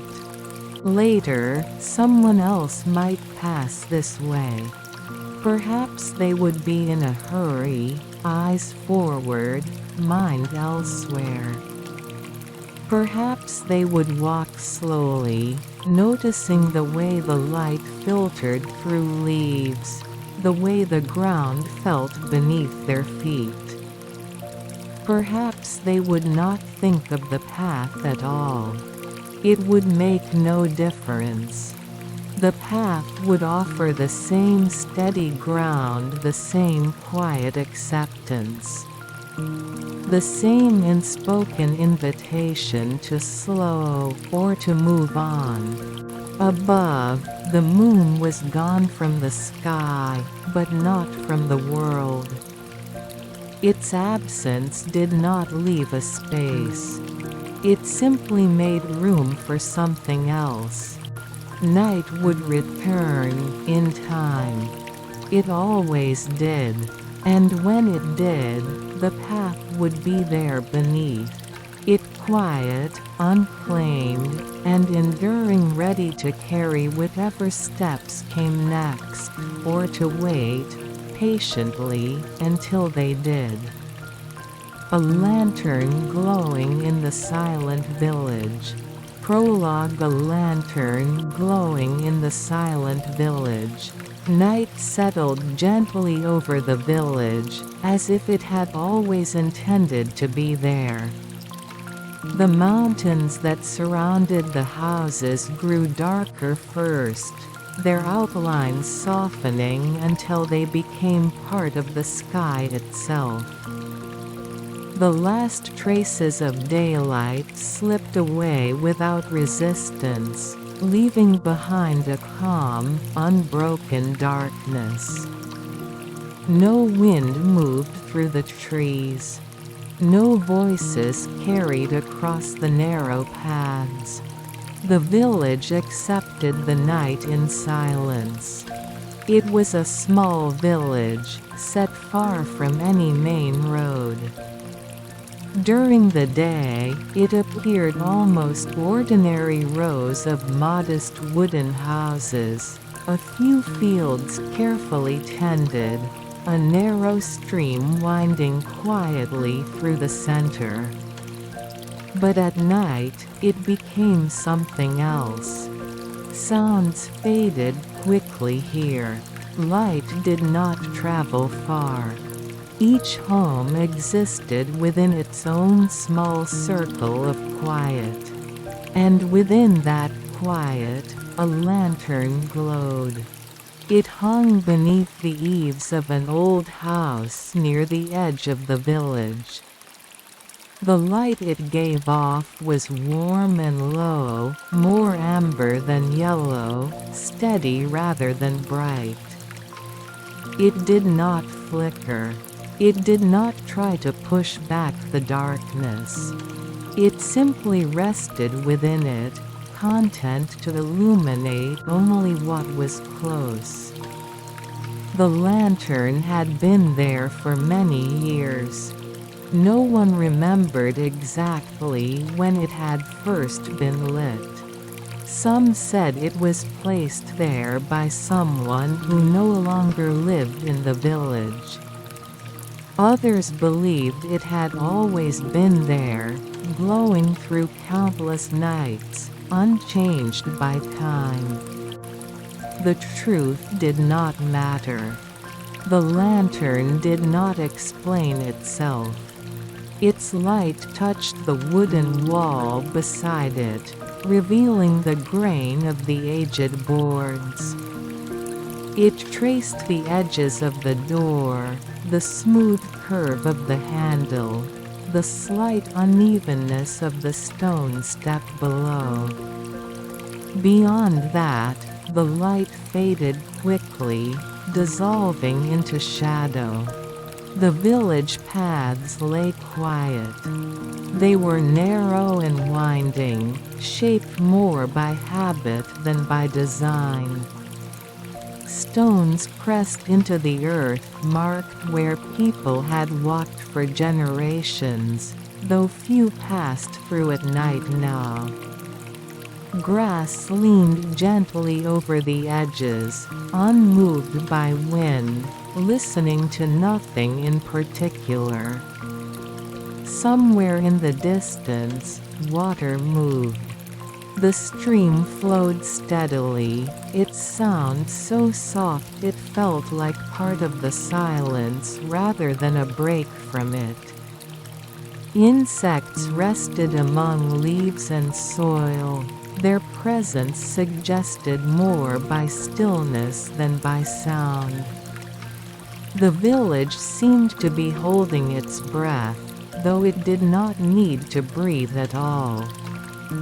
Inside the house with the lantern, everything was calm. The rooms were dim, lit only by a single low lamp. Shadows gathered in corners but did not feel heavy. They belonged there, as much as the furniture, as much as the walls themselves. The house was old, but it did not feel fragile. It had learned how to stand quietly. A person sat within.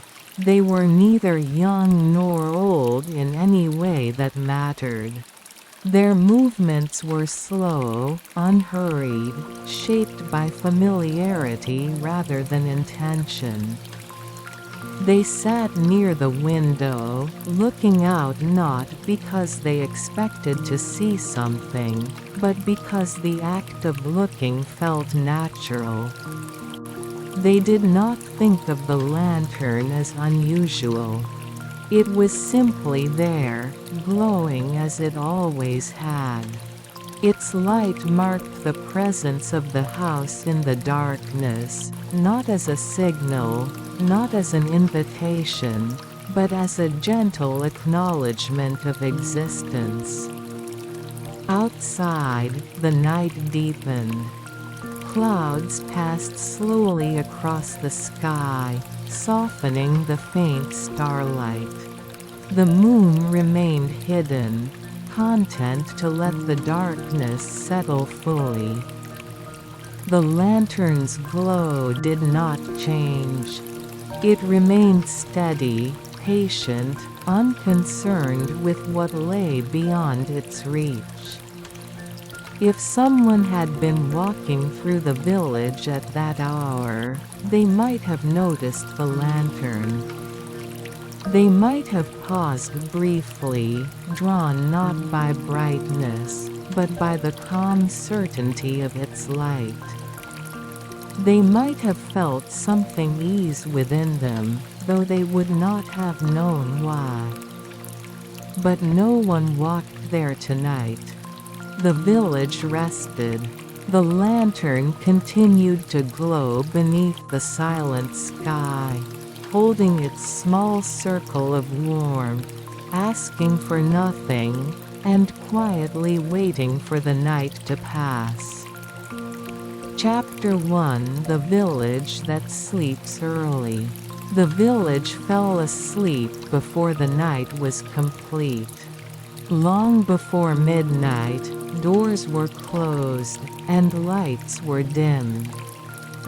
Conversations ended without conclusion, not because there was nothing left to say, but because there was no need to continue.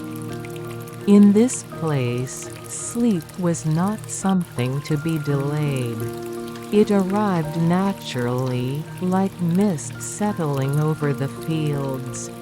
The village paths grew empty. They curved gently between houses, their surfaces worn smooth by decades of quiet use. During the day, footsteps passed without notice. At night, even the memory of footsteps seemed to fade. Stones held their warmth a little longer, then cooled, releasing the day without resistance. The lantern remained. Its glow marked a subtle center, though no one would have called it that. It did not stand in the middle of the village, nor at any place of importance. It simply happened to be there, near the edge, where the path narrowed, and the houses grew fewer. From some angles, it was barely visible. Its light did not travel far enough to guide anyone home. It did not reach the fields, nor the stream, nor the distant slope of the mountain. It illuminated only the small space it occupied, and nothing more. Inside the nearby houses, people settled into rest. An elderly couple lay side by side, breathing slowly, their room lit only by moonless darkness. A single parent listened briefly to the night beyond the window, then turned away, reassured by its quiet. A child shifted once in sleep, then grew still again. None of them thought of the lantern. And yet, its presence touched them all in a way that could not be traced. Not as thought, not as memory, only as something steady in the background of the night.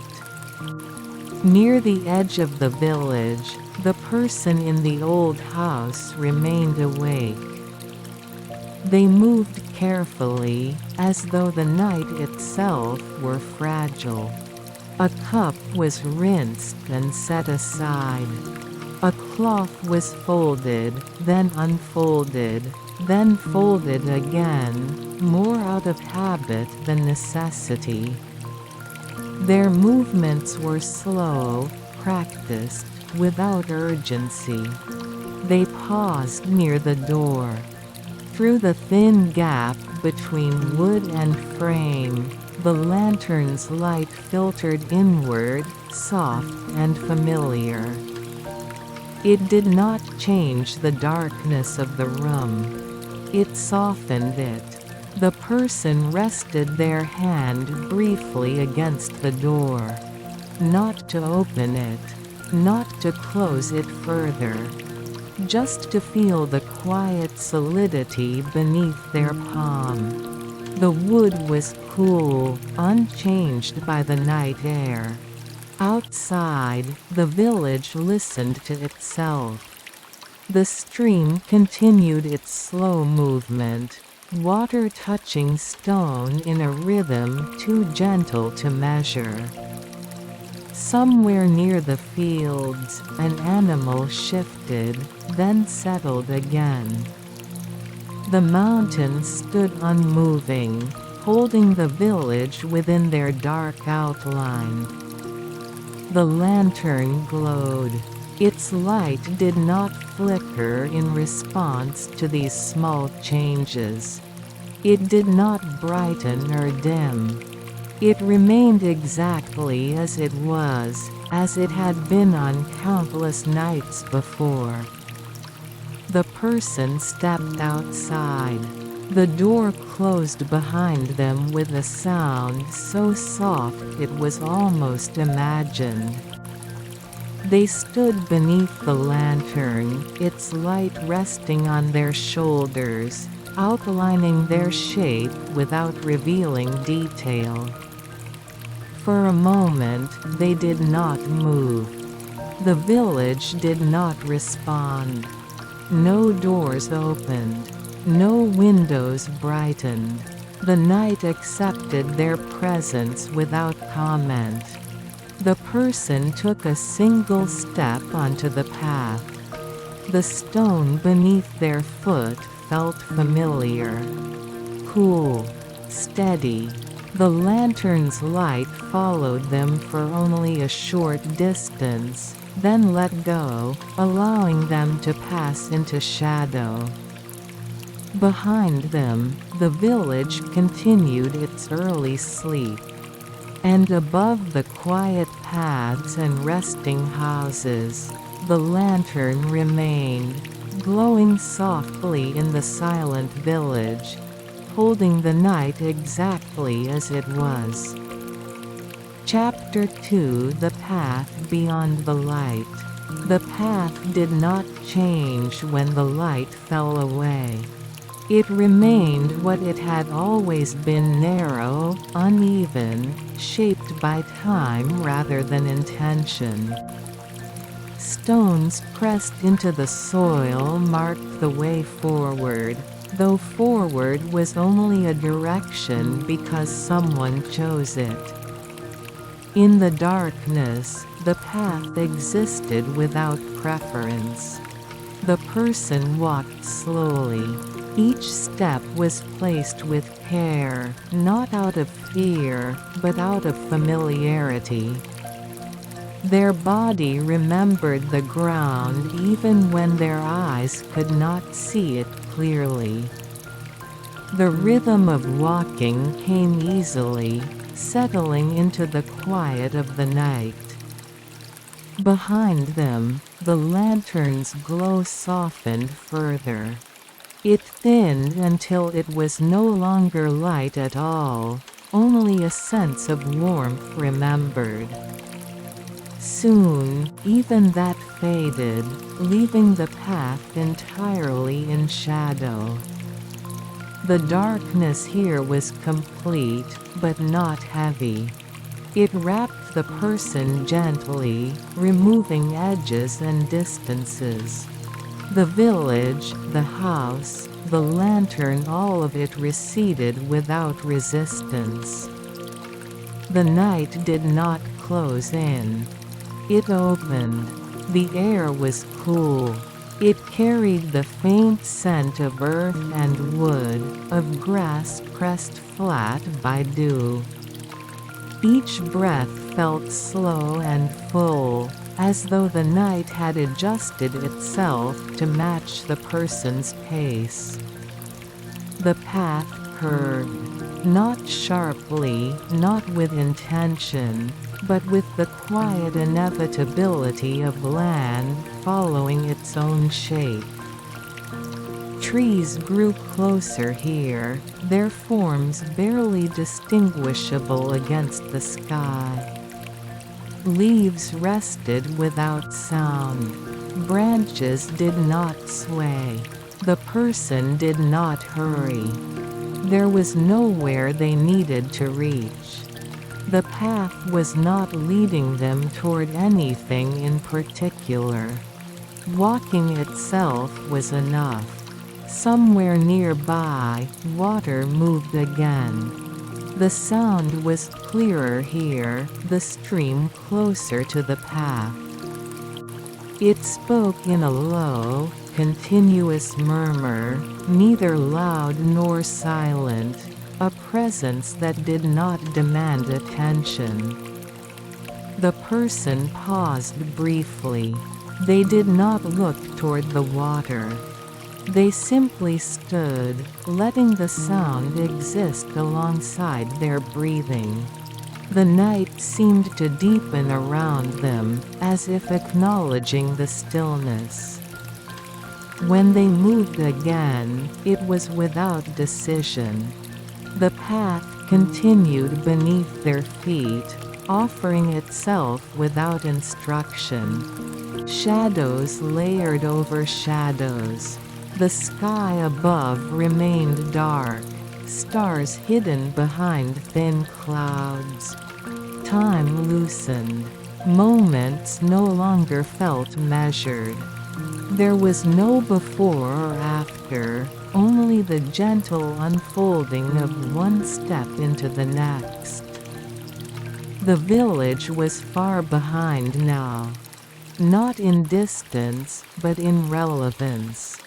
Its sleeping houses, its closed doors, its early rest, all of it belonged to another state of being. Here, there was only the path, the night, and the quiet presence of a person moving through it. If the lantern still glowed, it did so unseen. Its light was no longer needed here. The path accepted the darkness fully, and the person walked on, unmarked and unhurried, into the deeper quiet beyond the village. Chapter 3: The Stream That Knows the Night. The sound of water grew clearer as the path descended. It did not rush. It did not announce itself. It simply became more present, weaving into the silence with the ease of something that had always belonged there. The stream revealed itself gradually. At first, it was only a darker line in the darkness, a place where the night seemed to bend. Then, as the person stepped closer, the surface of the water caught what little light remained in the sky, reflecting it in broken fragments that shifted and disappeared. The stream was not wide. A few careful steps could cross it where stones rested just beneath the surface. Moss clung to the rocks along its edge, holding moisture without drip or movement. The water flowed steadily, unbothered by the hour. The person stopped at the bank. They stood with their feet close together, hands resting at their sides. The air here felt cooler, touched by the water's slow passage. Each breath carried the faint scent of stone and damp leaves. They listened. The stream did not change its sound. It did not respond to being heard. It moved as it always did, speaking in a language that required no understanding. Time loosened further. The moment stretched without strain, as though the night itself had slowed to match the water's pace. The person felt no need to cross, no need to remain. Both options existed quietly, without pressure. When they stepped forward, it was without hesitation. Their foot found the first stone easily. The surface was cool, steady beneath their weight. Another step, then another, and the crossing was complete. The stream accepted the movement without comment, its flow unbroken. On the far side, the path resumed. It climbed gently, drawing away from the water. The sound softened but did not vanish. It lingered, folding itself into memory even as it receded. The person continued. Their steps remained slow, measured, shaped by the calm of the night rather than by distance. The darkness felt less complete here, touched faintly by the water's presence, by the open space around the stream. They did not look back. There was nothing to leave behind. The stream did not belong to one side of the path or the other. It existed equally in all directions, flowing without concern for where it had been or where it was going. Above, clouds shifted slightly. A thin opening allowed a small patch of sky to brighten, though no stars appeared. The light was faint, barely noticeable, but it softened the edges of the path. The person breathed evenly. The night felt settled now, as though it had found its balance. The lantern, the village, the sleeping houses, all of it seemed distant, not in space, but in kind. Here, the stream knew the night. And the path, leading onward, carried the person gently away, step by step, into a quiet that asked nothing and offered everything it was. Chapter 4 Houses Without Light. The path rose slowly, and with it came the faint outline of houses. They appeared without warning, their shapes emerging from the darkness as though they had been waiting. These houses were fewer than those in the village, spaced farther apart, standing quietly along the slope. None of them showed light. Windows reflected only darkness. Doors were closed, their surfaces blending into the night. Roofs held the sky without distinction, edges softened by shadow. The houses did not feel abandoned. They felt complete in their stillness. The person slowed.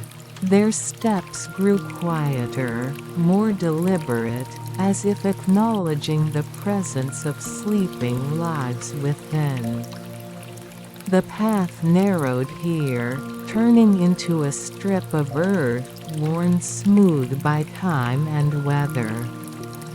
A faint scent of wood and soil lingered in the air. It carried traces of smoke long since settled, of meals cooked earlier in the day, of warmth now resting behind walls. The night held these scents gently, without movement. The person passed the first house. No sound came from within. No sign of stirring. The house rested deeply, as though it trusted the night completely. The person did not look toward the windows. There was nothing to see, and nothing expected. Between two houses, the path dipped slightly. Here, the ground felt softer underfoot, earth yielding just enough to notice.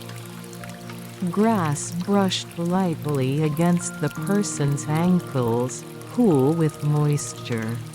The darkness seemed thicker in this narrow space, shaped by walls and roofs close together. Still, the night remained calm. The person moved through it without hesitation. At the edge of the cluster, the path widened again. The houses fell away behind them, their forms dissolving back into shadow. No boundary marked where they ended. The transition was quiet, almost unnoticed. The person paused briefly, not to listen for sound, but to acknowledge the shift. The air felt more open now, the space less defined. The sense of being observed, though it had never been present, was gone entirely. Beyond the houses, the land opened. Fields stretched outward, unseen but felt. The path curved gently along their edge, following the shape of the terrain rather than cutting through it. The person continued. The memory of the houses remained only as a faint warmth, a sense of shelter passed and released. No light followed them. No door opened behind them. The night accepted the movement without response. The houses without light slept on, holding their quiet lives within, while the path carried the person forward, into a wider darkness, soft and undemanding. Chapter 5: The Field Where Sound Disappears. The path edged along the field, then slowly dissolved into it. There was no clear line where one ended and the other began. The ground simply changed texture, packed earth giving way to softer soil, stones thinning beneath the grass. The person adjusted without noticing, their steps remaining slow and even. The field was wide. In daylight, it might have seemed empty, unremarkable. At night, it felt vast. The darkness stretched outward, uninterrupted by walls or trees, creating a sense of space that did not need to be measured. Sound changed here. The faint murmur of the stream faded completely. Even the quiet rustle of grass was absent. It was not silence in the sense of absence, but in the sense of fullness. Nothing intruded, nothing broke through. The person walked deeper into the field. Grass brushed against their legs, cool and slightly damp.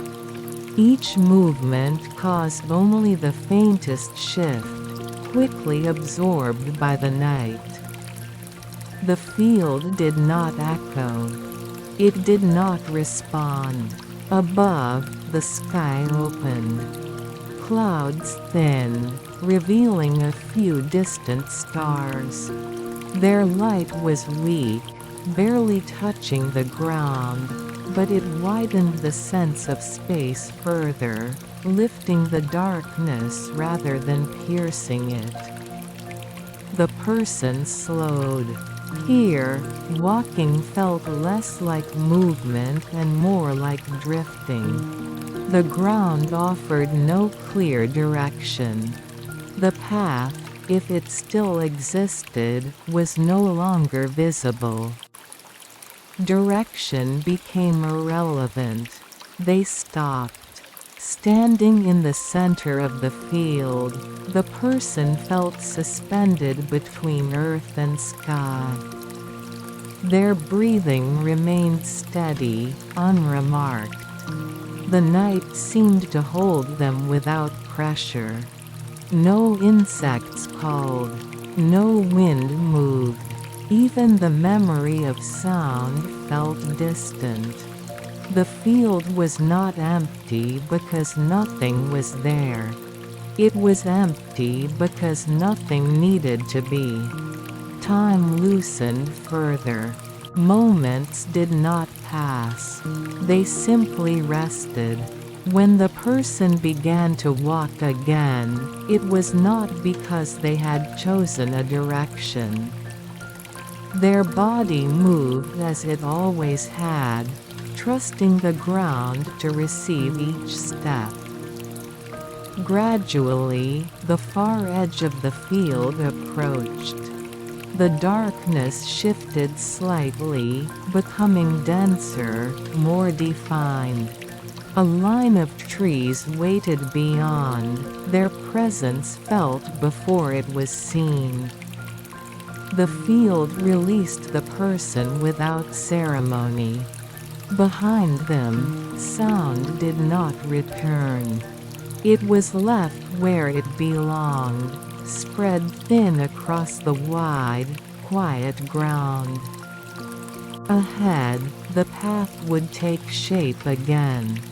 And the night, unchanged by the crossing, remained open, allowing the person to move onward, carrying the deep quiet of the field within them. Chapter 6: The Trees That Stand Together. The trees rose quietly at the far edge of the field. They did not form a wall. They gathered instead, close enough to feel connected, spaced enough to allow passage. Their trunks were dark, absorbing what little light the sky offered. Branches reached upward and outward, overlapping gently, creating a canopy that felt protective rather than enclosing. As the person stepped beneath the trees, the air changed. It grew cooler, heavier with the scent of bark and leaves. The open quiet of the field gave way to a softer, layered stillness. Here, the night felt held in place, supported by roots and soil. The ground beneath the trees was firm. Needles and fallen leaves formed a thin layer that muted each step. The sound of walking was not erased, only softened, becoming part of the forest's own low presence. The person moved carefully, not because the path was difficult, but because the space invited attention. The trees did not demand it. They simply stood, offering their presence without expectation. Between the trunks, darkness gathered in gentle pockets. Shadows rested there, unmoving, shaped by branches and leaves above. They did not conceal anything. They were simply where light did not reach. The person did not hurry through. Their pace adjusted naturally, matching the quiet weight of the forest. Breathing slowed further, deep and even, as if guided by the steady stillness around them. Somewhere above, a branch shifted slightly. The sound was faint, almost imagined. It did not repeat. The forest returned to its deep calm without interruption. The person paused briefly near a tree whose trunk was wider than the others. Its bark was rough beneath their fingers, cool and solid. They did not lean against it. They did not rest. They simply touched it, acknowledging its presence, then let their hand fall away. The trees did not respond. They did not need to. Time continued to loosen its hold. Here, it felt thicker, slower, shaped by years rather than moments. The forest had known countless nights like this one. It held them all without distinction. As the person moved on, the trees began to thin.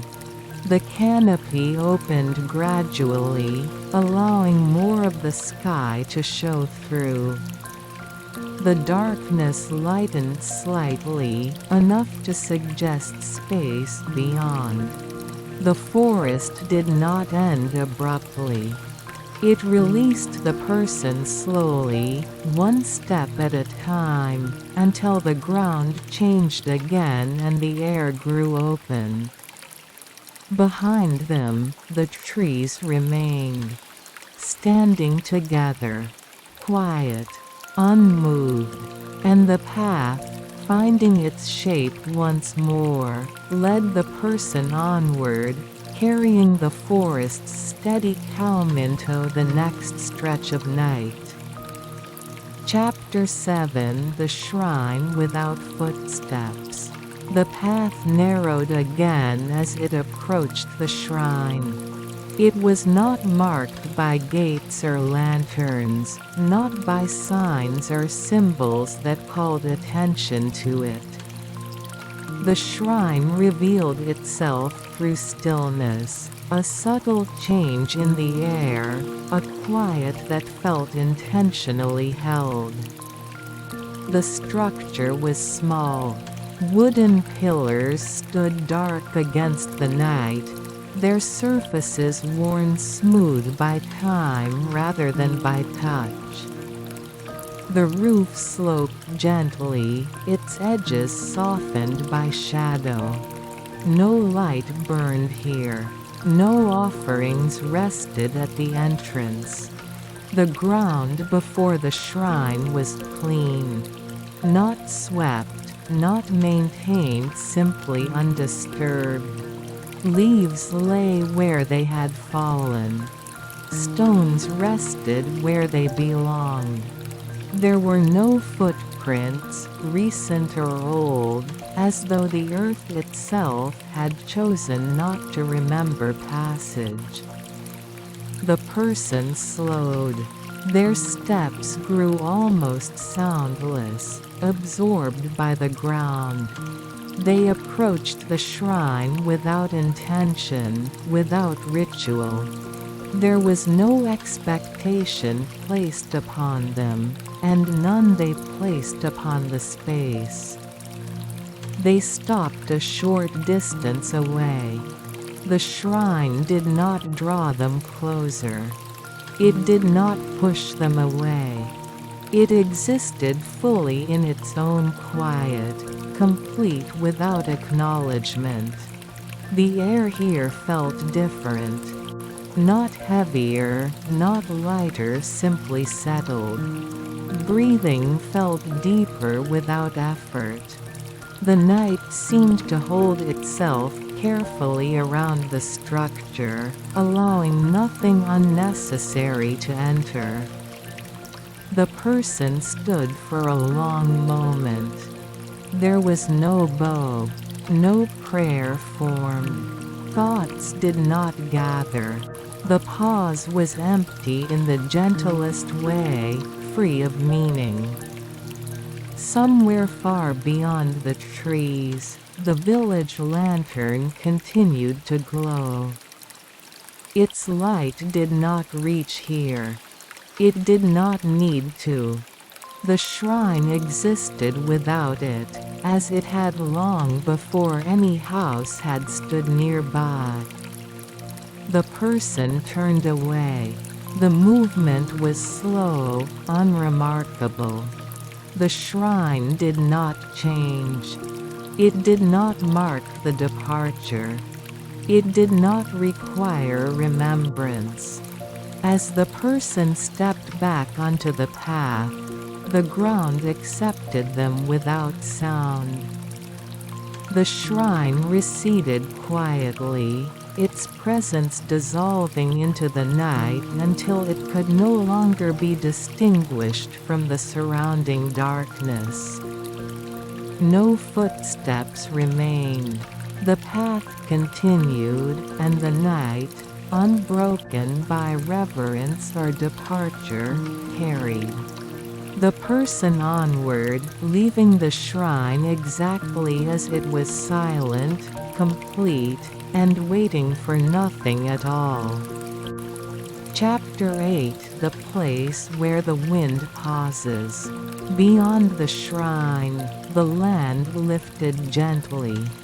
The path followed without effort, rising in a long, gradual curve that felt more like a suggestion than a climb. The trees thinned again, opening into a broad, quiet space where the night seemed to rest more lightly. Here, the wind paused. It was not absent. It simply did not move.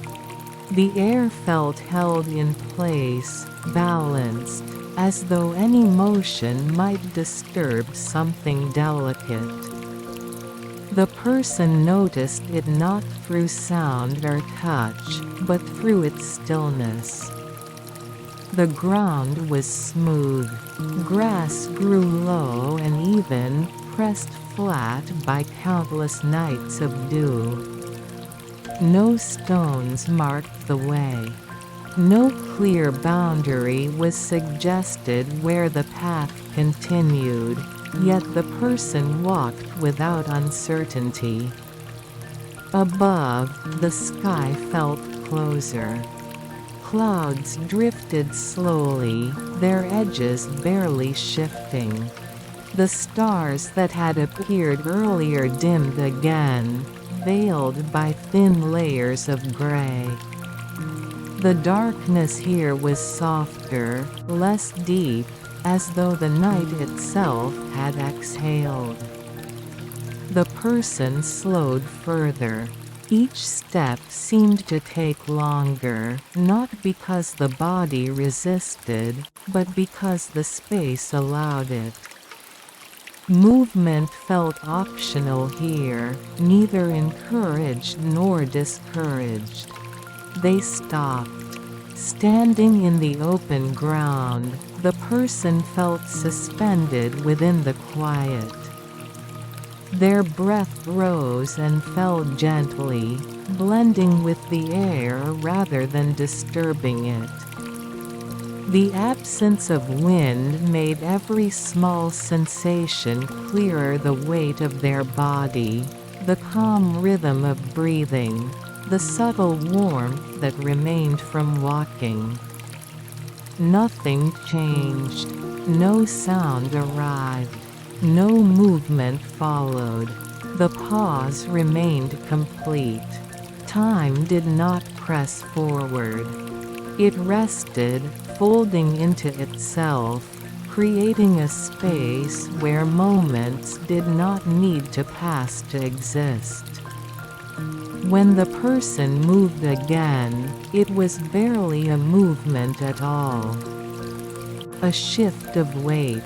A single step. Then another. The ground accepted them without response. The air remained still. The night did not resume motion, as though it had never paused at all. Gradually, the space began to narrow. The open ground softened into a suggestion of path once more, faint but present. The person followed it naturally, without decision. Behind them, the place where the wind paused remained unchanged. Ahead, the night continued. And the person walked on, carrying with them the memory of still air, of time resting briefly in place, as the quiet path led them deeper into the unfolding darkness.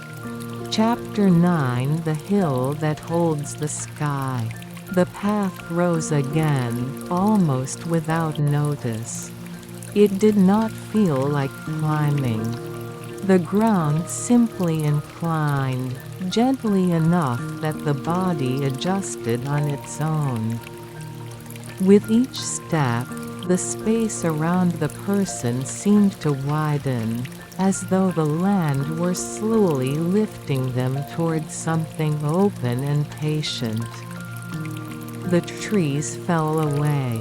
Not suddenly, but one by one, thinning until their presence became occasional rather than enclosing. Their silhouettes softened against the sky, then slipped behind the person entirely. The hill revealed itself through quiet. There were no markers, no stones stacked to announce its height. The grass grew short here, pressed flat by wind that had passed earlier and left no trace behind. The ground felt firm, steady, untroubled by roots or uneven earth. Above, the sky expanded. Clouds moved more freely here, their slow motion easier to sense against the open space. A faint light lingered somewhere beyond them, not moonlight, not starlight, but the suggestion of distance. The person continued upward. Their breathing remained even. The rhythm of walking felt slower, deeper, as though each step carried more weight without becoming heavy. The night did not resist the movement. It seemed to make room for it. At the crest of the hill, the path disappeared. Not because it ended, but because it was no longer needed. The ground leveled out, opening into a broad, quiet stretch where direction dissolved into openness. The person stopped. From here, the village could not be seen, but it could be felt far below, folded into darkness, resting early as it always did. The lantern's glow did not reach this height. It existed elsewhere, small and steady, unconcerned with distance. The person did not look for it. Their attention rested instead on the sky. It felt closer here, not pressing down, but gently present.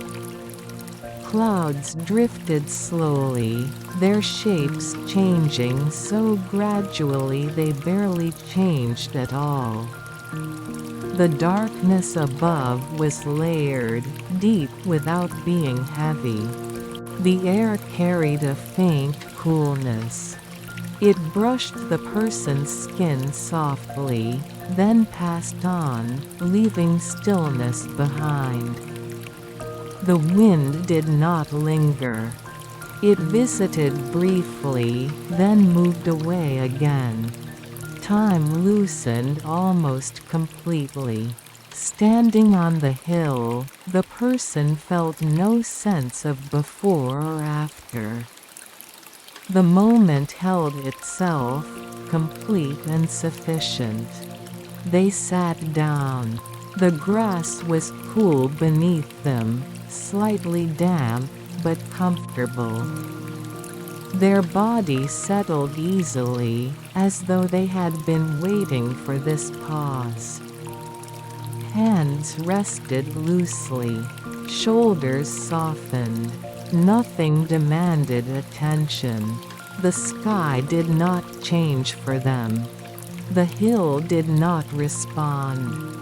The night remained exactly as it was. And yet, the stillness felt full.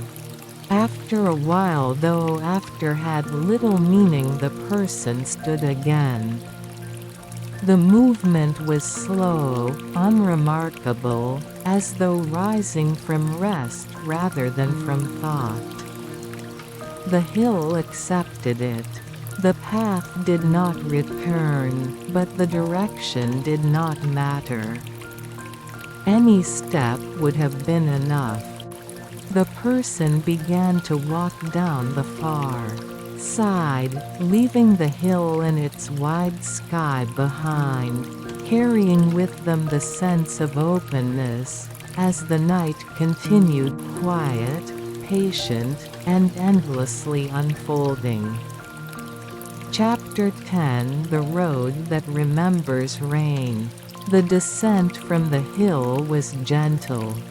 The ground sloped downward in a way that felt familiar, as though the land itself remembered countless similar passages.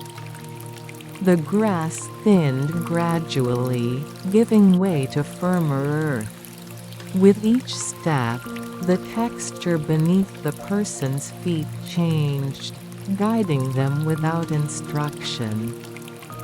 The road appeared quietly. It was wider than the path had been, but not wide enough to feel exposed.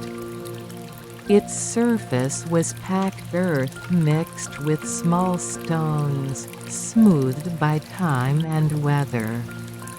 The road did not announce itself as a boundary. It simply offered continuity. The air carried a different scent here. There was moisture in it, faint but unmistakable, the lingering trace of rain that had fallen earlier, perhaps days ago, perhaps longer. The ground held it gently, releasing it slowly back into the night. The person walked along the road. Their steps made a soft sound now, a muted rhythm shaped by stone and soil. The sound did not travel far. It stayed close, as though the night chose to keep it contained. The road curved slightly. Not enough to suggest a destination, only enough to remind the walker that nothing here moved in straight lines for long. The curve felt patient, unhurried, shaped by water more than by feet. The person paused. They bent slightly and rested their hand against the road's surface. The earth was cool, smooth in places, rough in others. It held the memory of rain without reflecting it. Water had passed over it, changed it subtly, then moved on. The road did not resist the touch. It did not respond. It simply remained. When the person stood again, the movement felt easy, natural. The pause had not interrupted anything. It had only deepened the quiet. Above, the clouds shifted slowly. A thin opening allowed a pale light to filter through, barely enough to soften the darkness ahead. The light did not reveal distance. It only suggested space. The road continued. It did not lead toward the village, nor away from it. Direction here felt less like a choice and more like an agreement between land and water. The person followed without thought. Their breathing matched the rhythm of their steps. The cool air rested comfortably in their lungs. Nothing pressed forward. Nothing held them back. The night felt settled now. Not deepening, not fading, simply present. The road, shaped by rain and time, accepted the person's passage as it had accepted all others, without record or resistance. And as the road curved gently onward, holding its quiet memory of water and weather, the person walked with it, moving deeper into the calm of the night, where nothing needed to be remembered and nothing needed to be forgotten. Chapter 11: The Bridge That Does Not Echo. The road narrowed as it approached the bridge. There was no railing, no marker to announce the crossing. The bridge revealed itself through a subtle change in the ground beneath the person's feet. Earth and stone gave way to wood, smoothed by years of quiet passage. The bridge was short. It stretched only a few steps across a narrow channel where water moved slowly below. In daylight, it might have seemed insignificant, easily overlooked. At night, it felt carefully placed, as though it belonged exactly where it was. The person stepped onto it. The wood did not creak. It did not shift. It held the weight without sound, absorbing the movement completely. The bridge did not echo footsteps. It accepted them and let them go. Below, water flowed. Its surface reflected nothing clearly, breaking what little light reached it into soft, shifting patterns. The sound was low and steady, quieter than the stream earlier in the night, as though this water preferred not to be noticed. The person paused at the center of the bridge. They rested their hands lightly at their sides, feeling the stillness beneath their feet. The absence of sound felt intentional, as though the bridge had learned how to remain quiet through long practice. The air here felt balanced. Neither cool nor warm.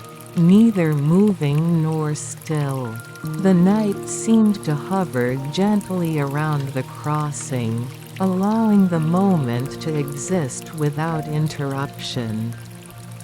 The person did not look down.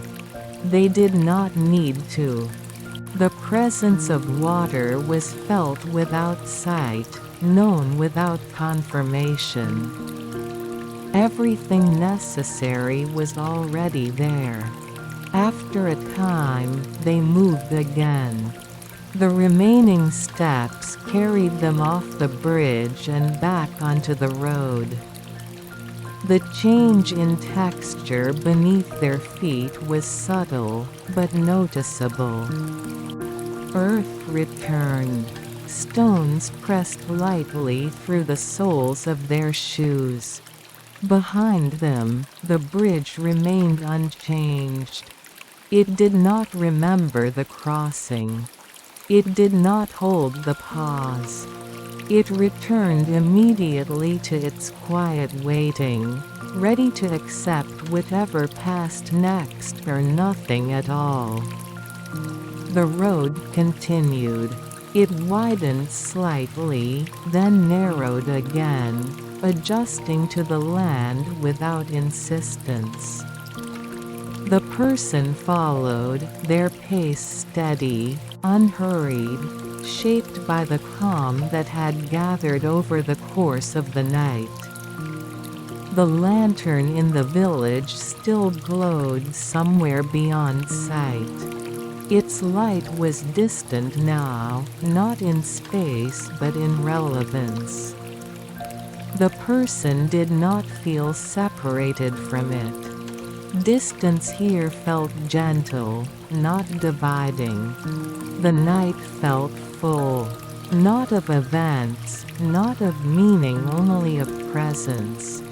And as the person walked on, leaving the silent bridge behind, the road carried them forward once more, step by quiet step, toward a darkness that was no longer deep, but soft, and nearly at rest.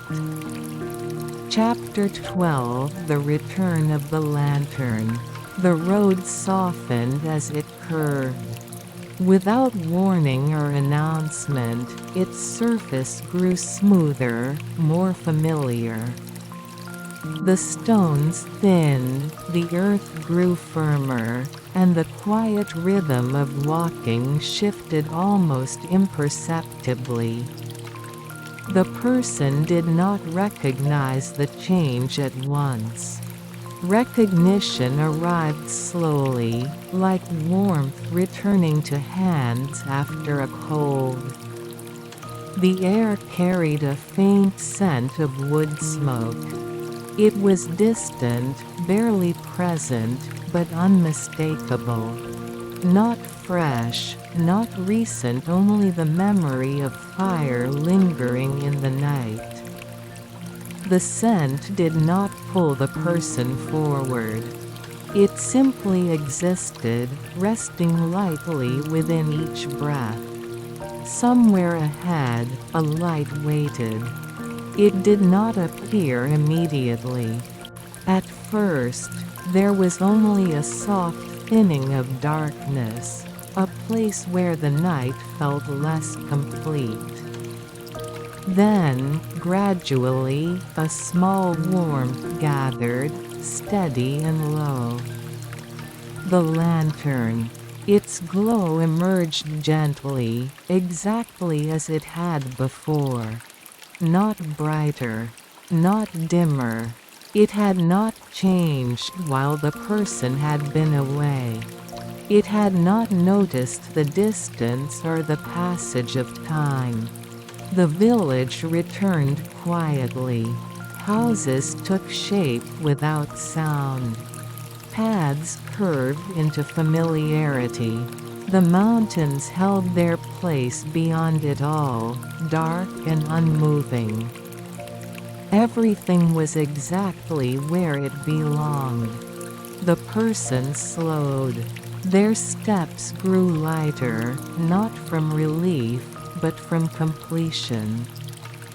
The walking had not been a leaving, and this was not a return. It was simply another part of the same movement. They stopped beneath the lantern. The light rested on them gently, outlining their form without detail, just as it had earlier in the night. The warmth was subtle, more felt than seen. Nothing was different, and yet, something had settled. The person stood for a moment, breathing evenly. The night around the village felt thinner now, as though it had begun to loosen its hold. Somewhere far above, clouds shifted, making space for what would come next. The lantern did not flicker. It did not signal the end of anything. It simply continued to glow, steady and patient, as it always had. The person turned toward the house. The door opened without sound. Warmth gathered briefly, then faded as they stepped inside. The lantern remained outside, holding its place beneath the eaves. The door closed. Inside, the house accepted the quiet without change. Outside, the village remained still. The lantern continued its work, not guiding, not guarding, only being present.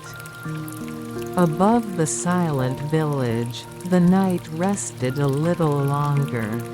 And beneath it, a single lantern glowed, unchanged, as the world moved gently toward morning.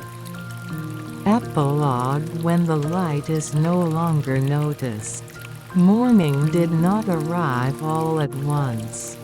It approached quietly, as the night had done, softening the darkness rather than pushing it away. The sky grew lighter by degrees, so small they could not be counted. Shadows loosened. Edges returned. The lantern still glowed. Its light was unchanged, steady and warm beneath the eaves of the old house. Against the growing brightness of the sky, it no longer stood out.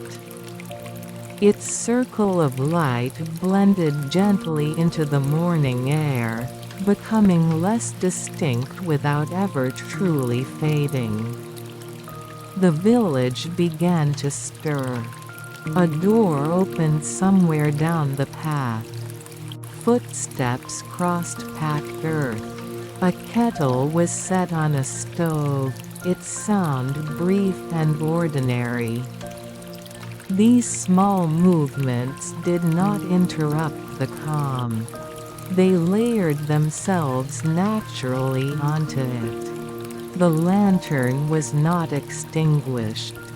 No one reached for it. No hand lifted it from its place. It remained because it always had, not because it was needed. In daylight, it appeared simple. A familiar object.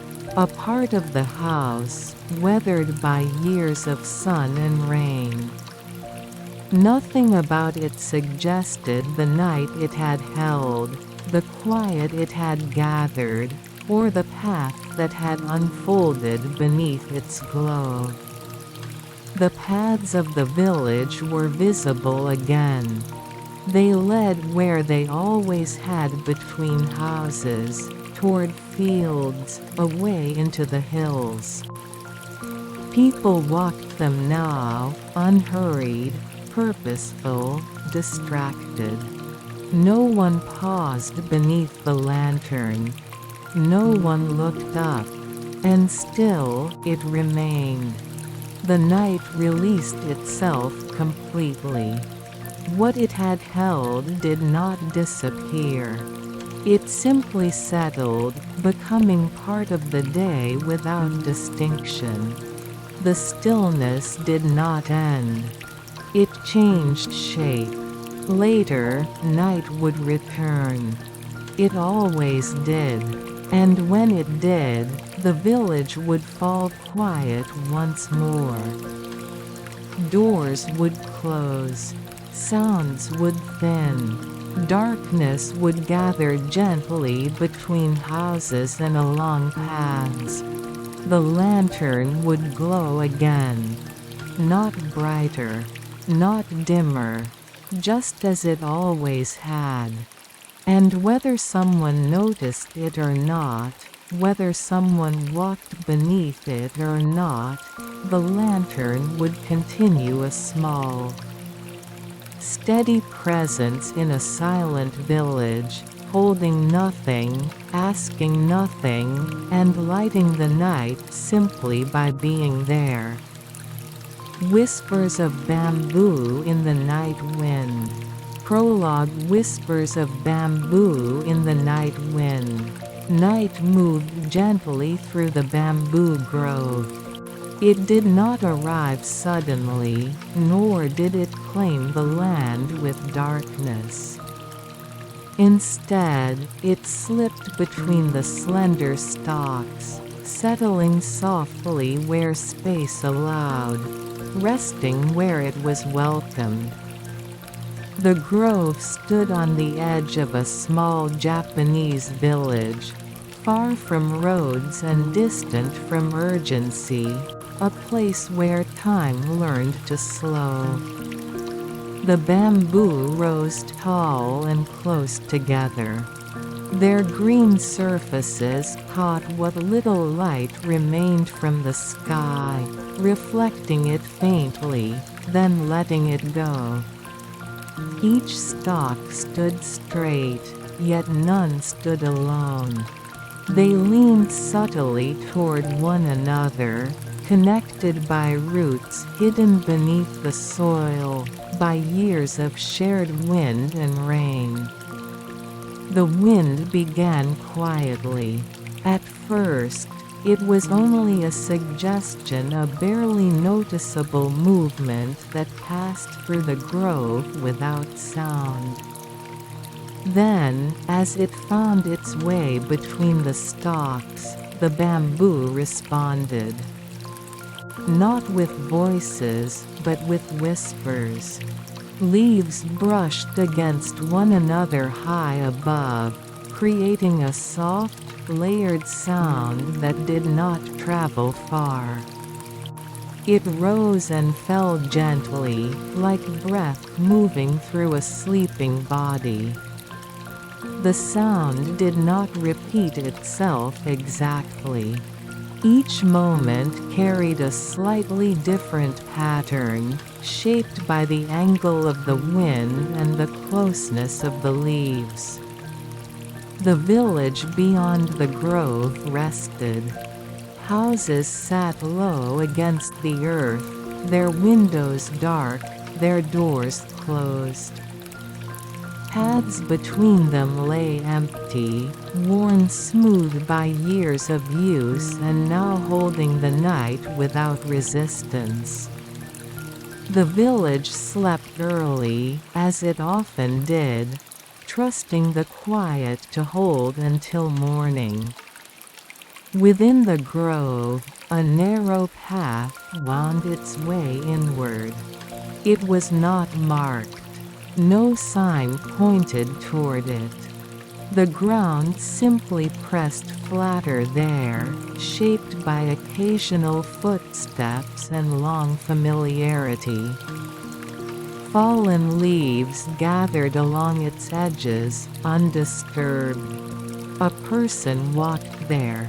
They moved slowly, as though matching their pace to the wind itself. Their presence did not interrupt the grove. The bamboo did not stiffen. The whispers did not pause. The night accepted the movement without acknowledgement. The person did not hurry. There was no destination waiting for them, no moment they were meant to reach. Walking was enough. Each step rested fully before the next began, unmeasured and uncounted. The bamboo whispered again.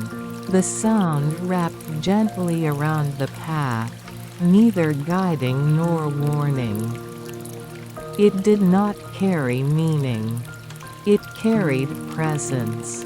Above, the sky was hidden.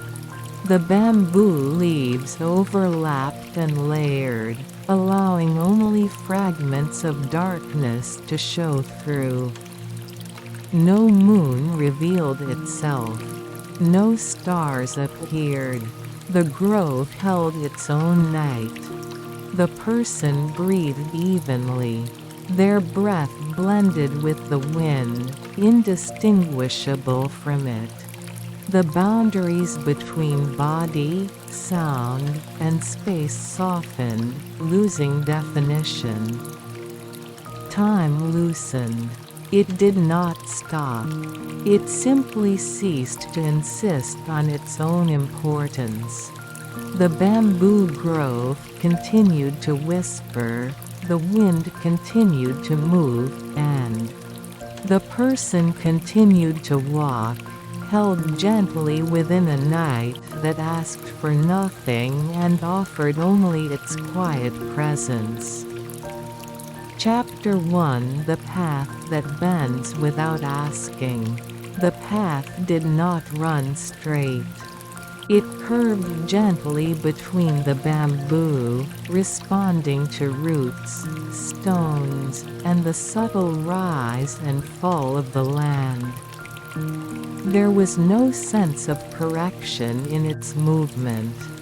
It did not attempt to shorten the distance or reach an end more quickly. It simply followed what was already there. The person walked without sound.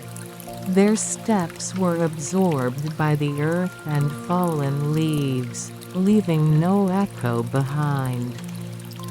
The ground felt cool and slightly damp, shaped by shade and night air.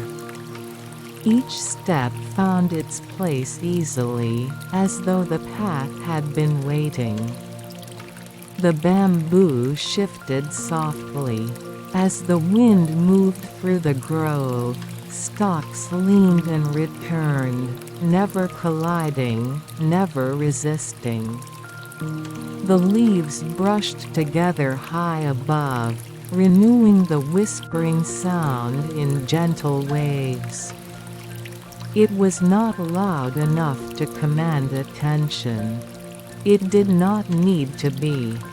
The person did not look up. They did not need to. The sound was everywhere, woven into the space itself. Looking would not have revealed anything more. Light did not change. The darkness within the grove remained even and calm. There were no sudden shadows, no deepening pockets of night. Everything existed in the same quiet shade, softened by layers of leaves and stems. The path narrowed slightly. Bamboo grew closer together here, their stalks almost touching. The air felt cooler, held more tightly between the plants. The wind slowed, then found another route, adjusting its movement without pause. The person slowed as well. Not in response to the narrowing, but in harmony with it. Their pace matched the space naturally, without thought or decision. Somewhere beneath the ground, roots intertwined. They spread wide and deep, supporting the tall growth above. They did not move, yet they shaped everything: the path, the slope, the way water flowed when it rained. Their presence was unseen but constant. The person passed over them gently. The ground remained firm, steady, unchanged. The bamboo whispered again. The sound shifted slightly, a change so small it could not be named. It did not signal anything new. It simply reflected the moment as it was.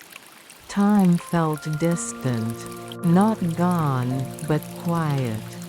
There was no sense of progress, no measure of how far the person had come or how far remained. The path existed only beneath the current step. When the path widened again, the change was subtle. The bamboo drew back just enough to allow more air to move. The whispers softened, then rose again, adjusting without effort. The person continued. They did not mark the change. They did not pause. Walking remained smooth, unbroken. The path bent once more, leading deeper into the grove, as the bamboo and wind moved together, and the night held everything in its gentle, unquestioning quiet. Chapter 2: The Hollow Where Sound Settles. The path dipped slightly, almost imperceptibly. The change was not enough to be seen, only felt in the body as a gentle shift of weight. The air grew cooler here, thicker with the scent of damp earth and fallen leaves. The bamboo rose just as tall, but the space between the stalks widened, creating a hollow that felt held apart from the rest of the grove. Sound changed. The whispers of leaves did not disappear, but they softened, settling into a deeper quiet. The wind slowed as it entered the hollow, losing its urgency, spreading itself evenly between the stems. The person stepped into the hollow and paused. They did not stop with intention. The pause arrived naturally, as though the space itself had asked for stillness without speaking. Their breathing remained even, blending with the softened air. The ground here was smooth. Leaves lay thick, layered, and undisturbed. No recent footprints marked the earth. It was not avoided, not hidden, simply passed over rarely, as though most paths chose other routes. The bamboo leaned inward slightly. Not enough to enclose the space, but enough to define it. The hollow felt like a bowl made of sound and air, gathering what moved through it and holding it gently. The person stood without movement. In the quiet, the whispers of the grove became clearer, not louder. Individual layers revealed themselves: the brushing of leaves, the faint creak of stalks adjusting, the distant sigh of wind moving beyond the hollow. Nothing demanded attention. There was no single sound to follow, no rhythm to count. The quiet existed as a whole, unbroken. Time loosened further. Moments stretched without becoming long. The pause did not feel temporary, nor did it feel permanent. It simply was. The person shifted their weight slightly. The leaves beneath their feet compressed with a faint, muted sound, then returned to stillness. The hollow accepted the movement without change.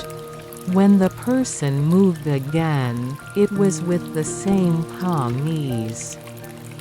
They stepped forward, leaving the center of the hollow behind. The bamboo gradually returned to its closer arrangement, the whispers growing more layered as the wind found its way again. The hollow did not close. It remained as it was, holding its quiet, ready to gather sound once more when the wind returned. The path continued onward, carrying the person gently away, as the bamboo whispered again, and the night breathed evenly through the grove. Chapter 3: The Old Stone Marker. The path curved slowly, then straightened.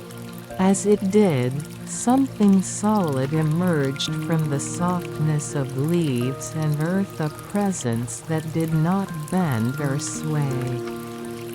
The bamboo thinned just enough to reveal it. A stone marker stood beside the path. It was low and worn, no taller than the person's knee. Moss covered much of its surface, softening its edges, blurring any markings that might once have been clear. If words had ever been carved into it, they had long since been claimed by time. The stone did not announce itself. It did not catch the light. It did not interrupt the path. It simply existed there, grounded and patient, as it had for many years. The person slowed. They did not stop immediately. They passed the marker by a single step, then paused, as though the stone had reached them not through sight, but through presence. The bamboo whispered overhead. The wind moved gently, brushing leaves together in a steady rhythm. The sound felt older here, layered with memory rather than meaning. The person turned slightly, facing the stone. They did not touch it. They did not read it. There was nothing to read. The pause held no reverence, no question. It was simply a moment of acknowledgement between two things that had found themselves in the same place. The stone remained unmoving. Its surface held coolness from the night air, moisture from the earth below. Roots pressed against it from beneath, slowly shifting it over years too long to measure. The path did not change around it. It curved gently, giving the stone space without avoiding it. Walkers passed without noticing, or noticed without stopping. The stone did not require either. The person breathed quietly. The bamboo's whispers continued, unchanged by the pause. The wind did not slow. Time did not tighten. After a while, the person moved on. The step away from the stone was as unremarkable as the step toward it. No boundary marked the end of the moment. It dissolved naturally into walking. Behind them, the stone marker remained. It did not remember the pause. It did not record the presence. It returned immediately to its quiet waiting, content to stand beside the path without purpose. The bamboo closed in slightly again. Leaves brushed together, renewing their whisper. The path continued forward, unchanged, offering itself without instruction. And the person walked on, leaving the old stone behind, as the night and the bamboo grove held everything gently, without asking to be remembered. Chapter 4, where the bamboo opens to sky.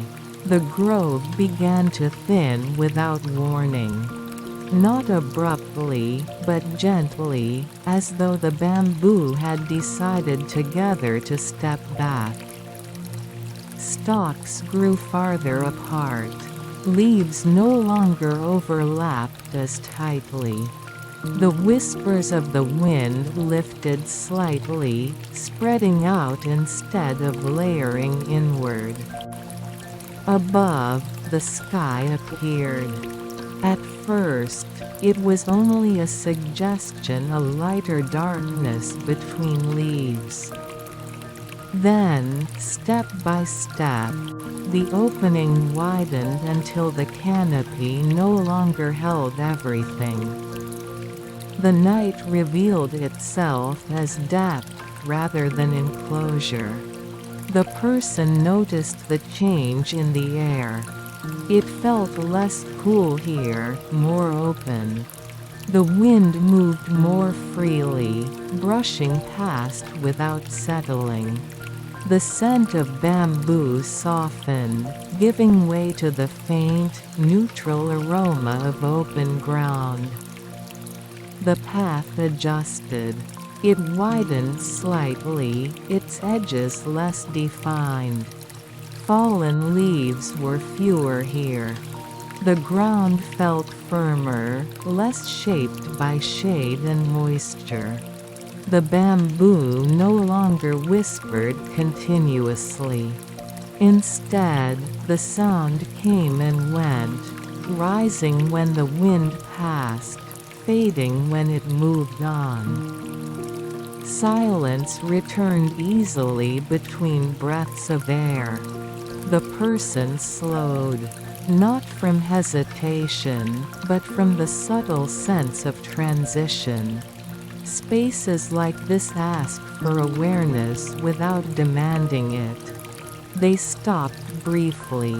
From this place, the grove could be felt behind them, dense, layered, breathing softly.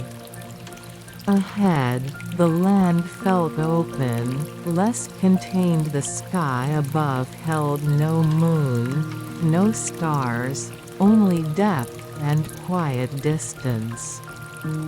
The person did not look back for long. There was nothing to leave behind. The bamboo had not closed. It had simply loosened its hold. When they walked forward again, the ground changed almost immediately.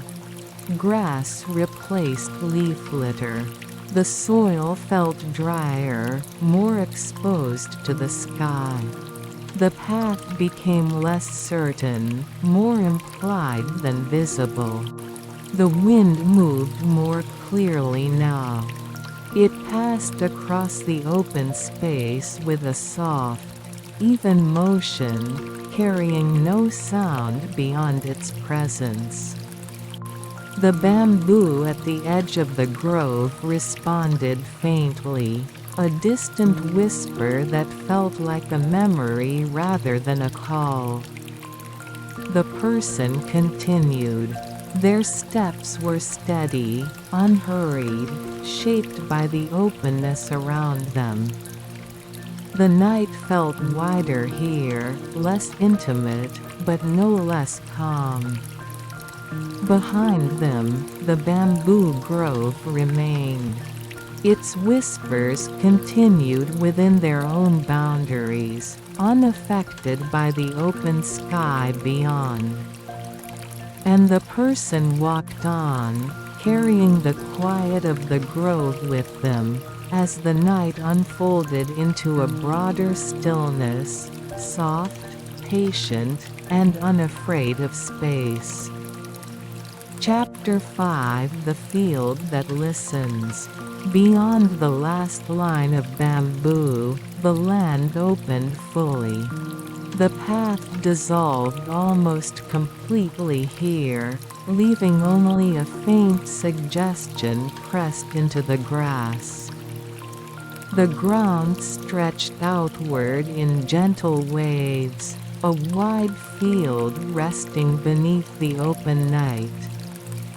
No fences marked its edges. No signs named it.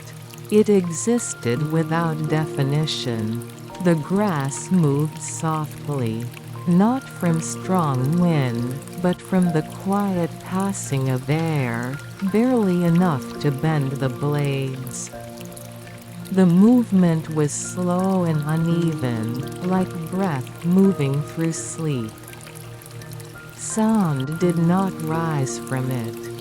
It settled instead, absorbed by the open space. The person stepped into the field. Their feet brushed against the grass, cool with night moisture. Each step left no lasting trace. The ground received the movement and released it immediately. Here, the night felt different. It did not surround the person as the bamboo had. It spread outward instead, wide and open, holding distance rather than closeness. The sky felt far above, its darkness layered and deep. The person walked steadily. There was no clear direction to follow, yet their movement remained certain. The faint line of flattened grass guided them gently, though it could have disappeared at any moment without changing anything. Sound grew scarce. The whispers of bamboo faded behind them. The wind softened, losing its voice in the open air. Even the person's steps seemed quieter here, absorbed by the field before they could form sound. The field listened. It did not respond. It did not echo. It held sound briefly, then let it dissolve into stillness. The person slowed. Their breathing felt more present here, not louder, but clearer in the absence of other sound. Each inhale and exhale blended with the open air, unremarked.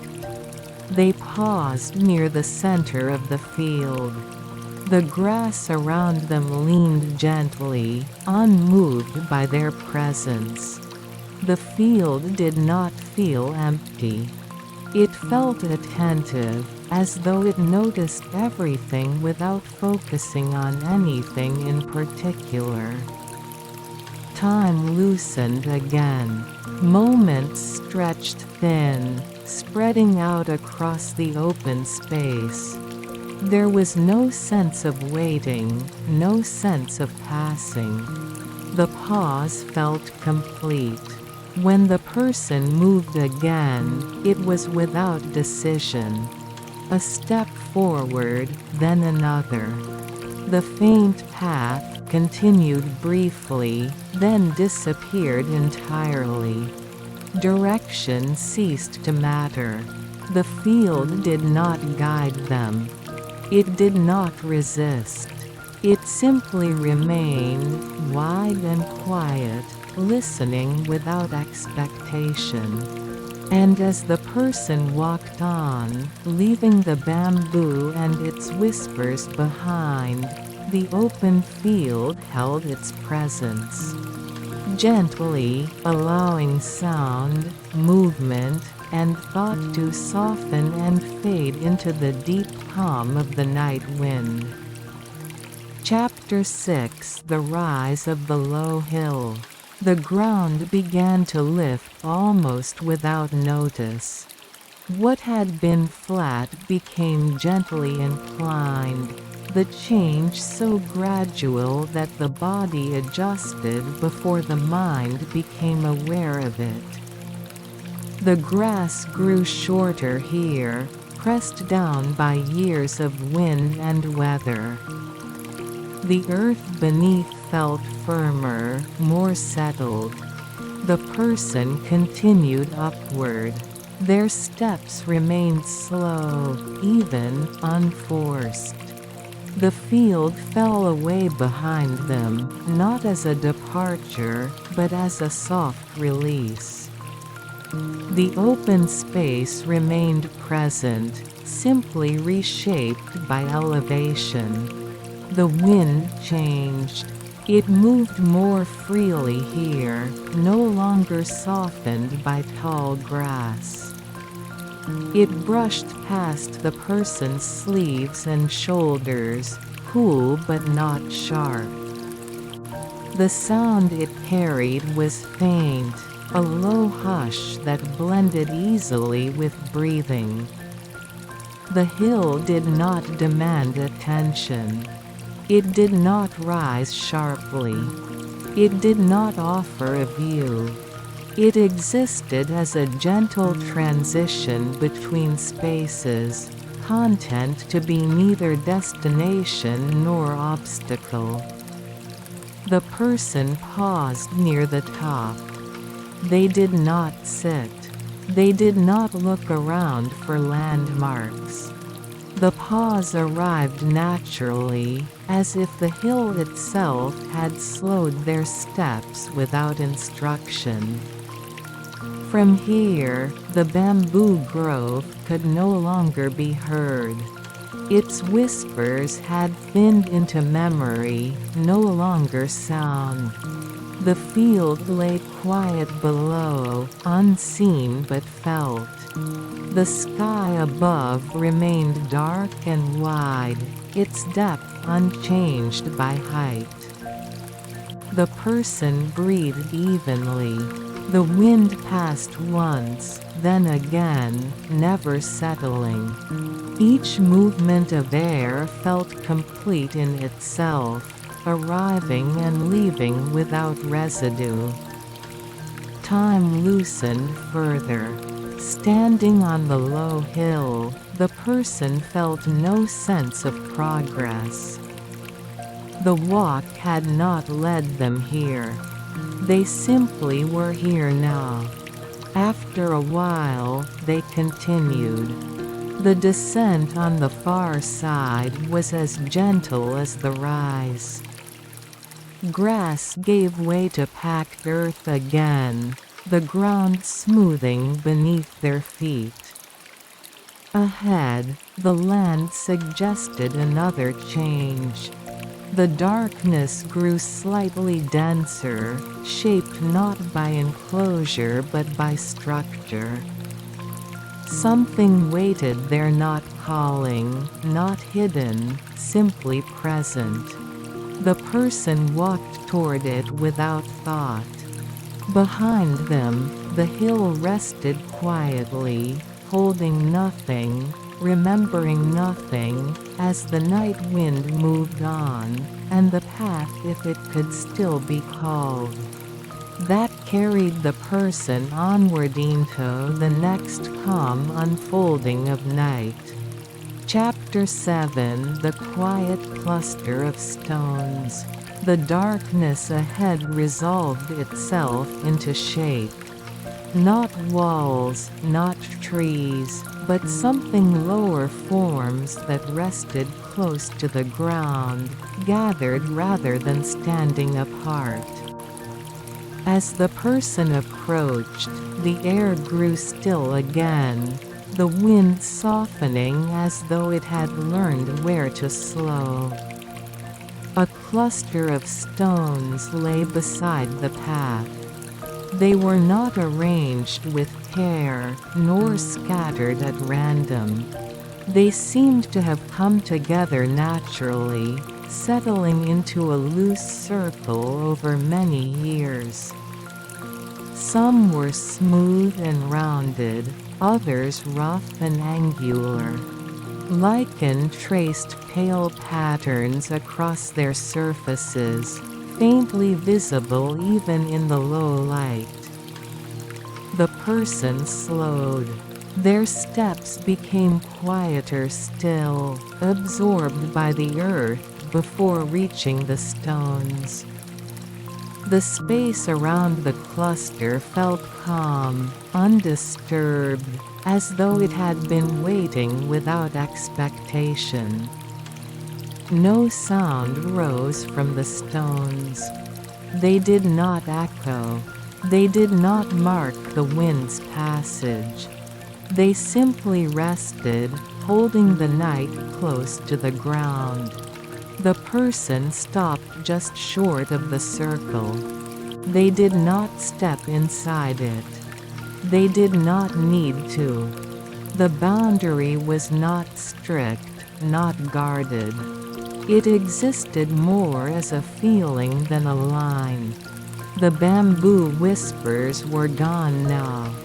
The field lay behind them. The hill rested in silence. Here, only stillness remained thick but gentle, shaped by the presence of stone and earth. The person crouched slowly. They rested one hand on a stone nearest them. The surface was cool, steady, unmoving. The stone did not react to the touch. It did not absorb warmth. It did not resist it. Time felt heavy here, but not slow. It gathered rather than stretched, settling into the space between stones. Moments stacked quietly, indistinguishable from one another. The person remained like that for a while. Breathing slowed further. The night did not press forward. Nothing needs to be done. When the person stood again, the movement felt natural, unremarkable. The stone released the touch without change. The circle remained open, unchanged by presence or departure. The person stepped past the cluster. The path, faint but present, continued beyond it, curving gently away. The ground softened again, earth replacing stone. Behind them, the cluster remained. Stones resting together. Quiet. Unmarked. And the person walked on, carrying with them the grounded calm of the stones, as the night wind moved softly across the land, and the unseen path continued its quiet unfolding. Chapter 8: The Stream Beneath the Reeds. The ground dipped again, more noticeably this time. The earth grew cooler beneath the person's feet, holding moisture that had not yet returned to the air. Grass thinned, replaced by softer soil that yielded gently with each step. The night here felt closer, drawn inward by the land. A faint sound emerged. At first, it was almost nothing, a suggestion of movement, quieter than breath. Then, slowly, it gathered shape, revealing itself as water moving beneath cover. The stream lay hidden among reeds. Tall, slender plants rose from the banks. their pale stems catching the darkness without reflecting it. Their tops bent slightly, touching one another with a softness that muted sound. The water flowed beneath them, unseen but present, shaping the air with its slow passage. The person stopped at the edge. They did not step closer immediately. The reeds did not part. They did not invite. They simply stood, allowing the stream to exist quietly beneath their shelter. The water moved steadily. It did not hurry. It did not pause. Its sound was low and continuous, softened by earth and plant, carried just far enough to be noticed and no farther. The night felt layered here. Above, the air rested still. Around, reeds held their place. Below, water passed on, unseen and untroubled. The person crouched slowly. They reached out, parting the reeds just enough to reveal the stream's surface. It reflected nothing clearly, only darkness broken into shifting shapes. The water did not react to being seen. It continued as it always had. The person did not touch it. Seeing was enough. They remained there for a while, listening to the quiet movement beneath stillness. The sound settled into the body, slowing thought without effort. Time loosened again. Moments did not pass. They gathered gently, like water collecting beneath the reeds.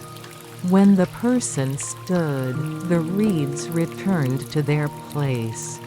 The stream was hidden once more, though its presence remained known. The sound softened but did not disappear. The path continued along the bank. It did not cross the stream. It did not follow it closely. It simply acknowledged it, then moved on.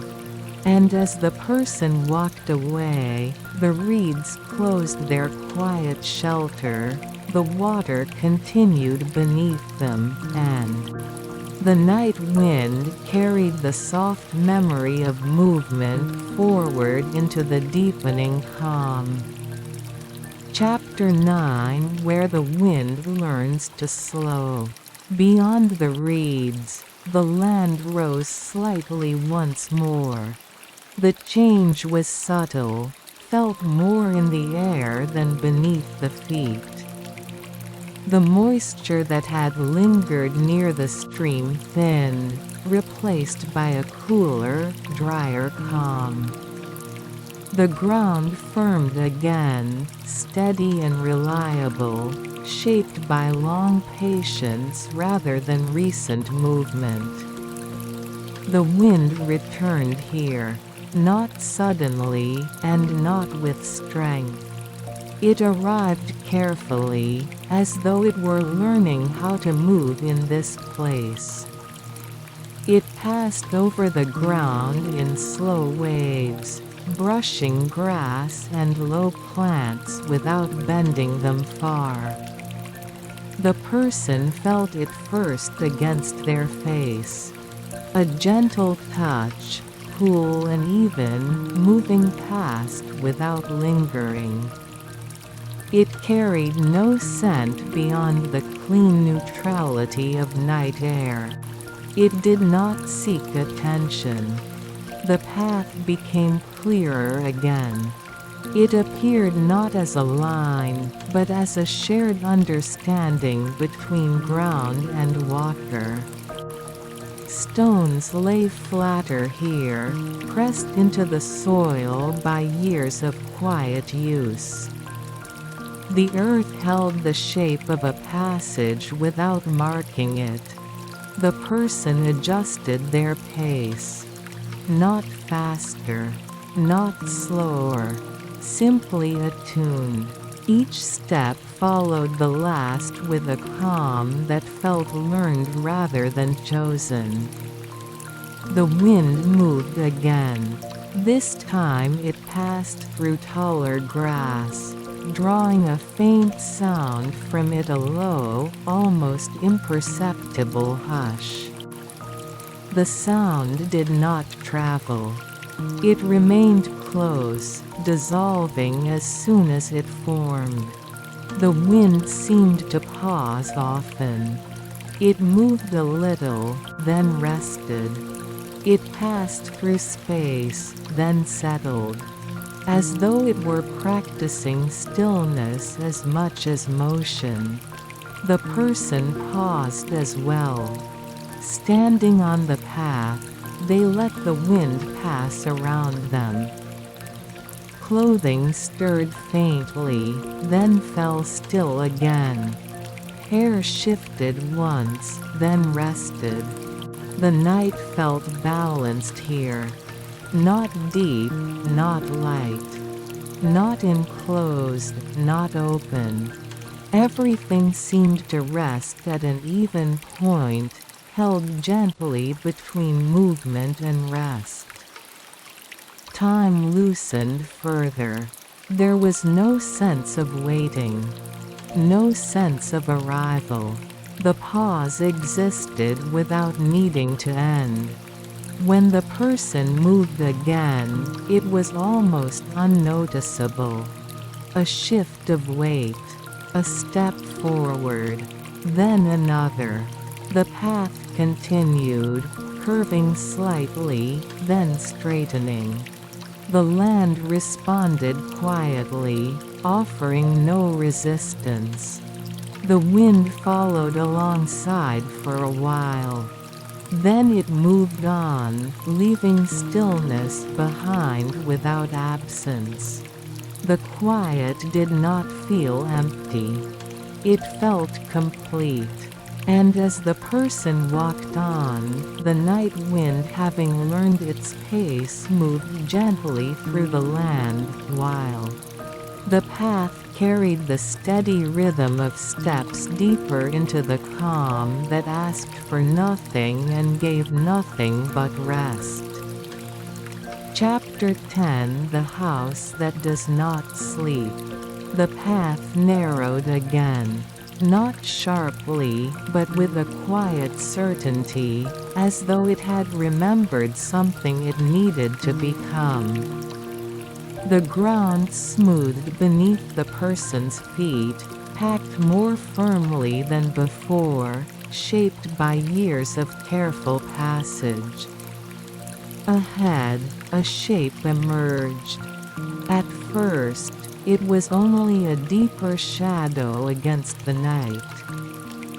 Then lines appeared, horizontal, steady, human in scale.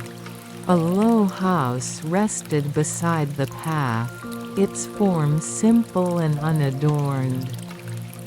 No light showed in its windows. The house did not glow. It did not reach outward. It remained present without calling attention to itself, settled into the land as though it had always been there. The person slowed. They did not feel cautious. The air around the house felt calm, familiar, even though nothing about it suggested welcome or warning. Bamboo grew nearby again. Not a grove this time, but a few tall stalks standing to one side of the house. Their leaves moved faintly, whispering only when the wind remembered to pass. The house did not respond to the wind. Its wooden walls absorbed sound, holding it close. The roof rested low, its edges softened by time. Nothing creaked. Nothing shifted. The person paused beside the house. They did not knock. They did not look for a door. The pause felt complete without action. The night here was different. It did not feel open like the field, nor layered like the grove. It felt held contained gently, as though the space itself had learned how to rest. Somewhere inside the house, time seemed slower. Not stopped, but settled. The house did not sleep, but it did not wake either. It existed in a space between, attentive without movement. The person breathed quietly. Their breath felt quieter here, softened by the presence of walls and wood. Even though it seemed to slow, stretching into a calm that required no effort. After a while, the person moved on. The path continued past the house, curving gently away. The house did not watch them go. It did not change. Behind them, it remained. A quiet shape beside a quiet path. A place that did not ask to be entered. A presence that did not require attention. The bamboo whispered once more as the wind returned briefly. Then the sound faded again, leaving the house, the path, and the night resting together in stillness. And the person walked on, carrying the calm of the house with them, as the night deepened softly, and the whispers of bamboo followed at a distance, never urging, never fading completely. Chapter 11 The long pause between footsteps. Beyond the house, the path grew quieter still. It did not change in shape or direction. It simply seemed to stretch the space between steps, allowing more silence to gather with each movement. The ground remained firm, familiar beneath the person's feet, but the feeling of walking loosened, becoming less distinct. The person noticed the pause. Not between places, but between moments. Each step ended fully before the next began. Nothing overlapped. Nothing rushed to follow. The night supported this. Air rested evenly around the body. The sky held its depth without movement. Sounds, if any existed, were too faint to separate from silence. The bamboo's whispers were gone again. Not replaced. Not missed. The absence felt natural, like a breath held without strain. The person slowed further. Their pace approached stillness without arriving there. Walking became a series of gentle shifts, each one complete, each one unremarkable. Time loosened almost entirely. There was no sense of before or after. Only the quiet presence of now, resting comfortably in the space between footsteps. The path remained. It did not disappear. It did not guide. It simply offered itself, steady and unchanged, allowing the person to continue without effort. The person stopped. Not suddenly. Not intentionally. The movement simply settled into rest. Standing there, they felt the weight of the body balanced perfectly. No muscle is strained. No thought rose to meet the stillness. The pause held. It did not deepen. It did not break. It existed as itself. Eventually, walking resumed. One step, then another. Each movement felt softer than the last, as though the ground were receiving the weight before it arrived. The night did not respond. It did not shift. It did not close in. It allowed the movement without comment.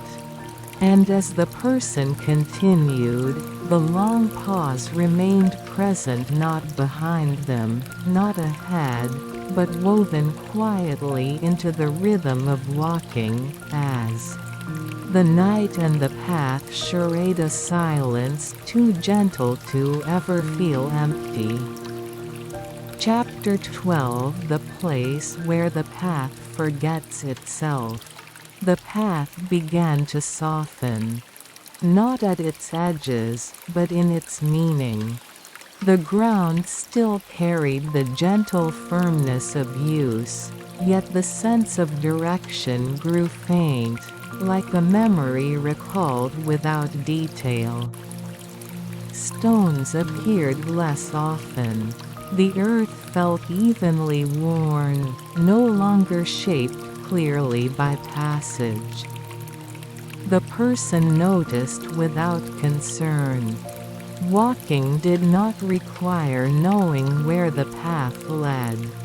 It required only the quiet agreement between foot and ground.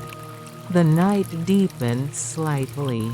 Not darker, but fuller. The air seemed to gather itself, resting more closely around the body. Sound was absent in a way that felt intentional, as though the land had decided that nothing more was needed. The person's steps grew lighter. Not faster, not slower, simply lighter. Each footfall touched the ground briefly, then released it without leaving a trace. The path faded further. It did not end. It did not vanish. It simply stopped insisting on being followed. Grass grew evenly across it. Soil smoothed itself into sameness. Direction became a suggestion rather than a line. The person continued anyway. They did not hesitate. They did not search. Walking remained possible without guidance. Time loosened until it felt almost still. Moments did not pass. They rested, layered gently atop one another, indistinguishable and calm. The person stopped again. Here, there was no reason to continue and no reason to turn back. The pause felt complete, as though the journey had reached a place that did not require naming. Breathing slowed further. The night did not press inward. It did not expand. It simply held its shape. The land listened, not for footsteps, not for sound. It listened in the way earth listens, patiently, without expectation. After a while, movement returned. Not forward, not backward, just movement, an easy shift of weight, a step that belonged nowhere in particular. The path did not return. It did not need to. The person walked on, carried now not by direction, but by the quiet continuity of motion itself, as the night settled deeper into rest, and the land, having forgotten the path, remembered only stillness. Chapter 13. The stillness that walks beside you. Walking no longer felt like an action. It felt like a condition, something that existed alongside breathing and balance. The person moved, but the movement carried no intention. Each step happened without being chosen, arising naturally from the quiet that surrounded them. The land had become even. No rises, no dips, no markers. Grass and earth blended into a single texture beneath the feet, neither soft nor firm, simply present. The night air rested evenly against the skin, neither cool nor warm enough to be noticed for long. The stillness deepened. It did not grow heavier. It grew closer, moving alongside the person rather than enclosing them. It felt companionable, not separate, like a presence that matched pace without ever drawing attention to itself. There were no sounds, not the absence of sound, but the sense that sound had finished saying everything it needed to say. The world had settled into listening without expectation. The person became aware of their own outline. Not visually, but physically, the quiet knowledge of where the body ended and the night began. Even that awareness softened quickly, blurring at the edges. Time thinned, not stretching or stopping, but becoming transparent. It passed through the moment without leaving a mark. The person slowed. The stillness slowed with them. They stopped. The stillness stopped too. Nothing changed. Standing there, the person felt no separation between being and pausing. The night did not distinguish between movement and rest. Both belonged equally. Breathing continued, quiet and even. Each breath felt complete, not leading to the next. Inhale and exhale existed as their own small, finished moments. After a while, if after still applied, the person began to walk again. The stillness walked beside them. It did not guide. It did not follow. It simply remained present, matching the rhythm without effort. The land offered no signs. The sky offered no stars. Nothing ahead promised arrival, and nothing behind suggested departure. And still, walking continued soft, unhurried, as the night and the stillness moved together, step by step, toward nowhere in particular, where rest did not wait at the end because it was already there. Chapter 14. When distance loses its meaning. The sense of space began to soften. Not collapsing, not closing in, but gently releasing its measurements. Far and near became similar ideas, both quiet, both unimportant. The ground beneath the person's feet felt neither close nor distant, it was simply there, arriving at the same moment as each step. The night held this change easily. There was no horizon now, no edge where the land met the sky. Darkness blended smoothly in all directions, uninterrupted and calm. It did not feel endless. It felt complete. The person continued to move. Walking did not carry them forward so much as it carried them within the moment. Each step belonged entirely to itself, without reaching toward the next. Breathing and movement are aligned. Inhale, step, exhale, step. The pattern was not counted. It existed naturally, like the slow rhythm of waves that never announce themselves. The stillness remained close. It did not press against the body. It did not drift away. It stayed at the same quiet distance as breath, always present, rarely noticed. Thoughts grew faint.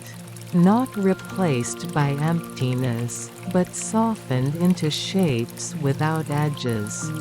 Ideas arose briefly, then dissolved before forming words.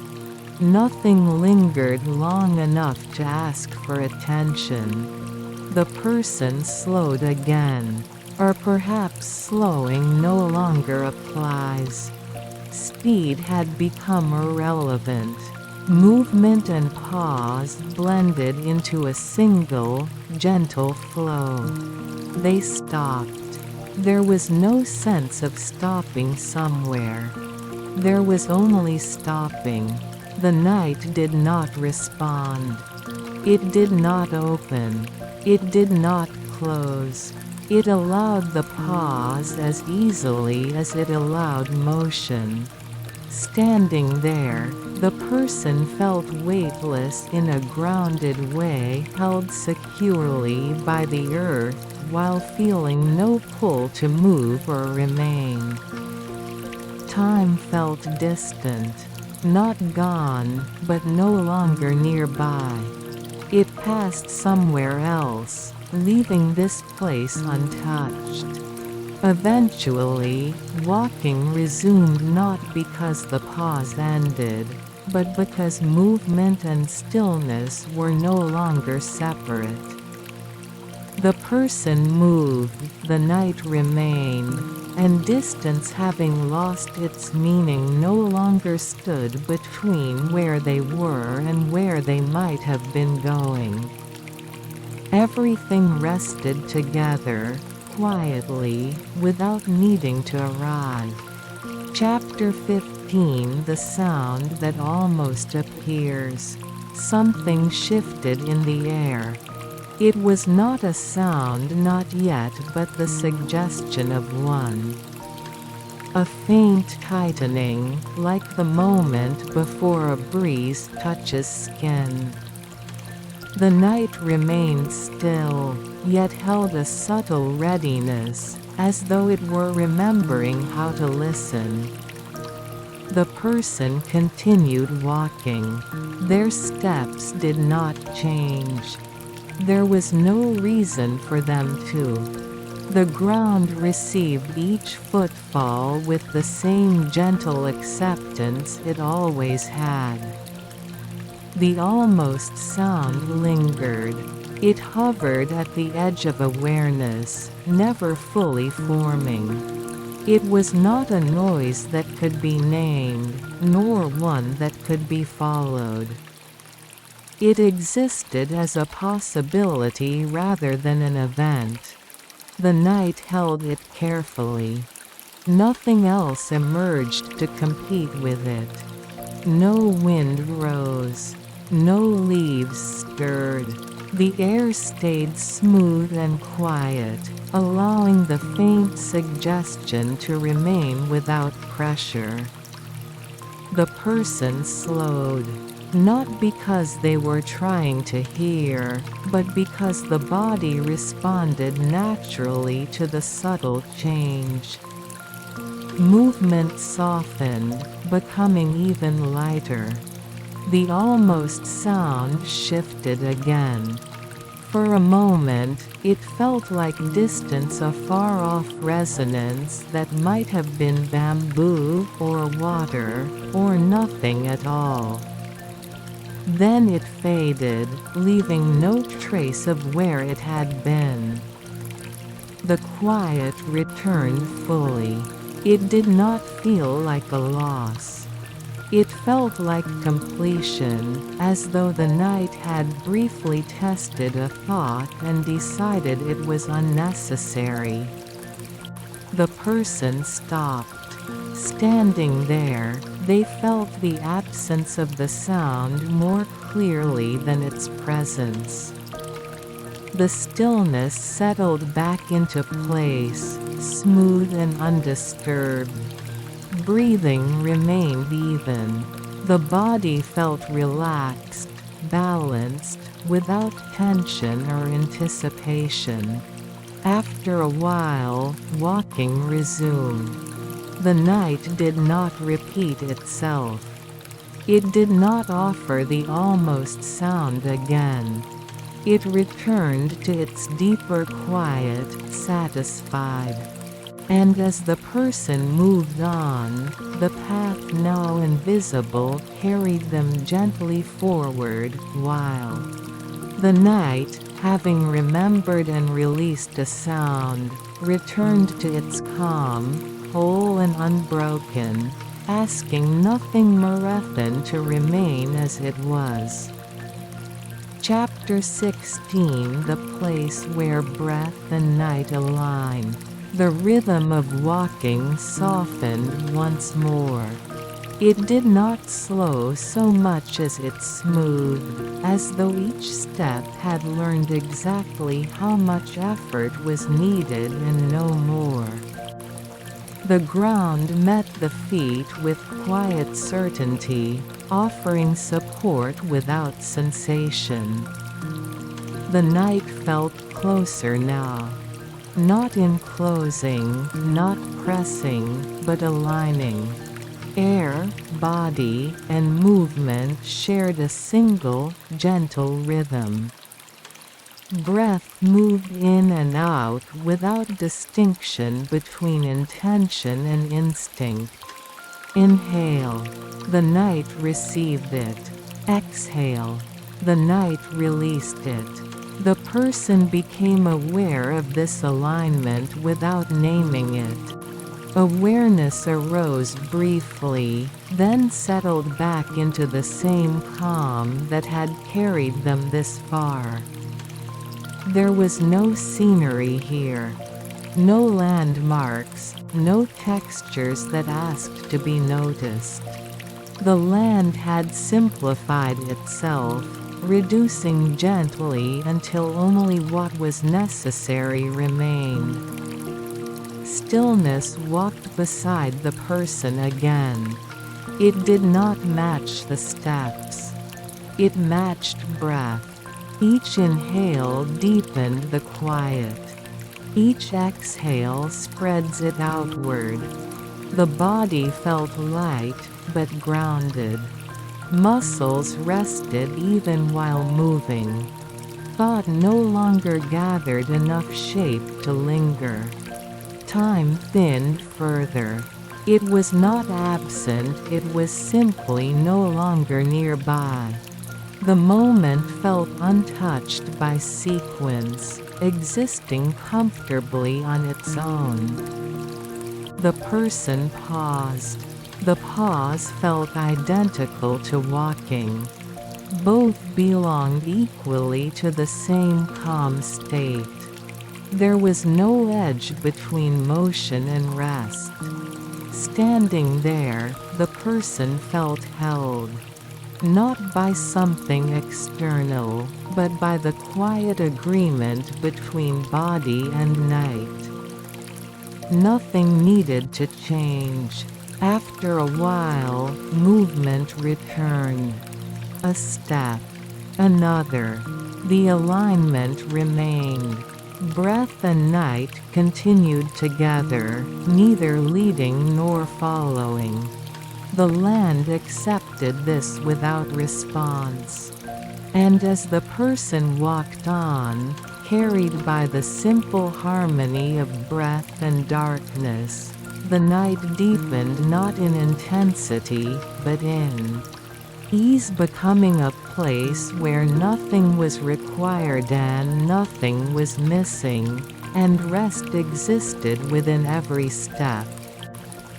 Chapter 17 The Gentle Return of Shape. Very gradually, the night offered form again.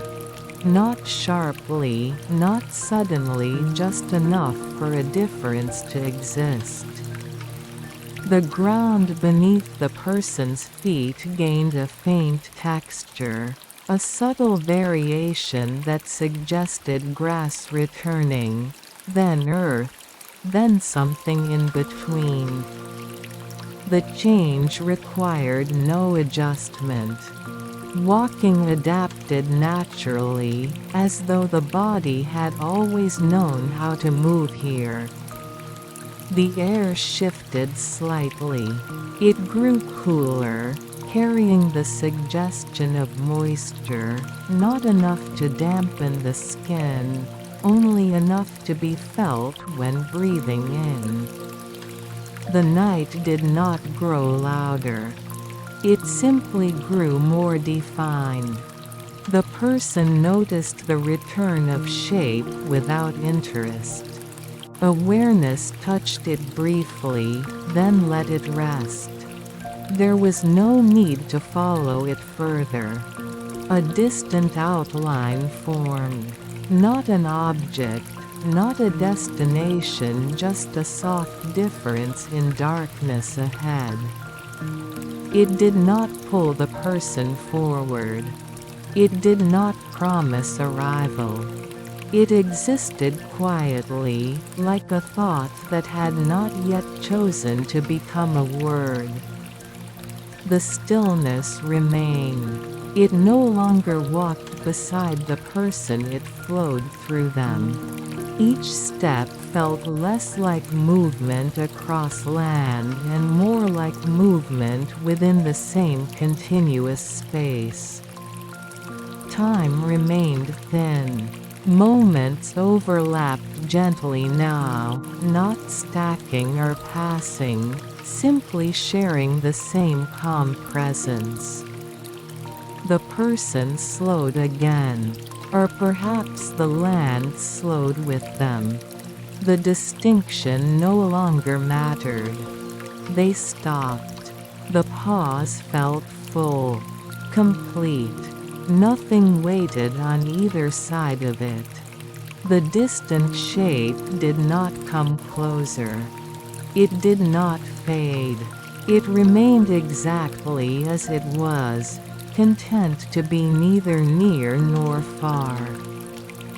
Breathing stayed even. The night accepted each breath without change, returning it unchanged. Eventually, walking resumed. Not toward the shape. Not away from it. Just walking. The night held its quiet forms lightly now, offering them without insistence. Shape existed again, but meaning did not follow it. And as the person continued, the land, having remembered how to be seen, returned gently to rest, allowing form and formlessness to exist together, unhurried, as the long, quiet night continued to unfold. Final chapter. When the night releases its hold. The distant shape softened. It did not disappear, but it loosened, as if it had completed its purpose simply by existing. The night around it grew warmer, not in temperature, but in feeling, like the moment just before rest deepens into sleep. The person continued walking, though the sense of walking was barely there. Each step felt lighter than the last, until movement became almost symbolic, a gentle agreement between body and ground rather than an action. The land settled. Grass no longer brushed against the legs. Earth no longer shifted beneath the feet. Everything grew even, smooth, quietly resolved. The night breathed once more. Not in the wind, not in sound, but in the presence. The person slowed, then stopped. This time, the pause did not suggest continuation. It did not open into another path. It rested fully, like a final exhale. Standing there, the person felt no need to remain aware. Thought did not fade, it simply rested. The body felt supported from all sides, held gently by darkness that was no longer deep, no longer wide, but complete. The night did not ask them to stay. It did not ask them to leave. It loosened its hold naturally, the way bamboo releases sound when the wind passes, leaving only calm behind. The person lay down not as a decision, but as a natural settling. The ground welcomed them without sensation. The sky remained unseen, unnecessary. Breath slowed into a rhythm so soft it no longer needed attention. The night remained, but it is no longer surrounded. It became background, then memory, then nothing at all. And somewhere between one breath and the next, the person stopped walking, stopped listening, stopped being separate from the quiet. The whispers of bamboo no longer needed wind. The night no longer needed darkness. Everything rested, and the story, having followed the path as far as it could, grew still as well, not ending sharply, not closing tightly, but settling gently into silence.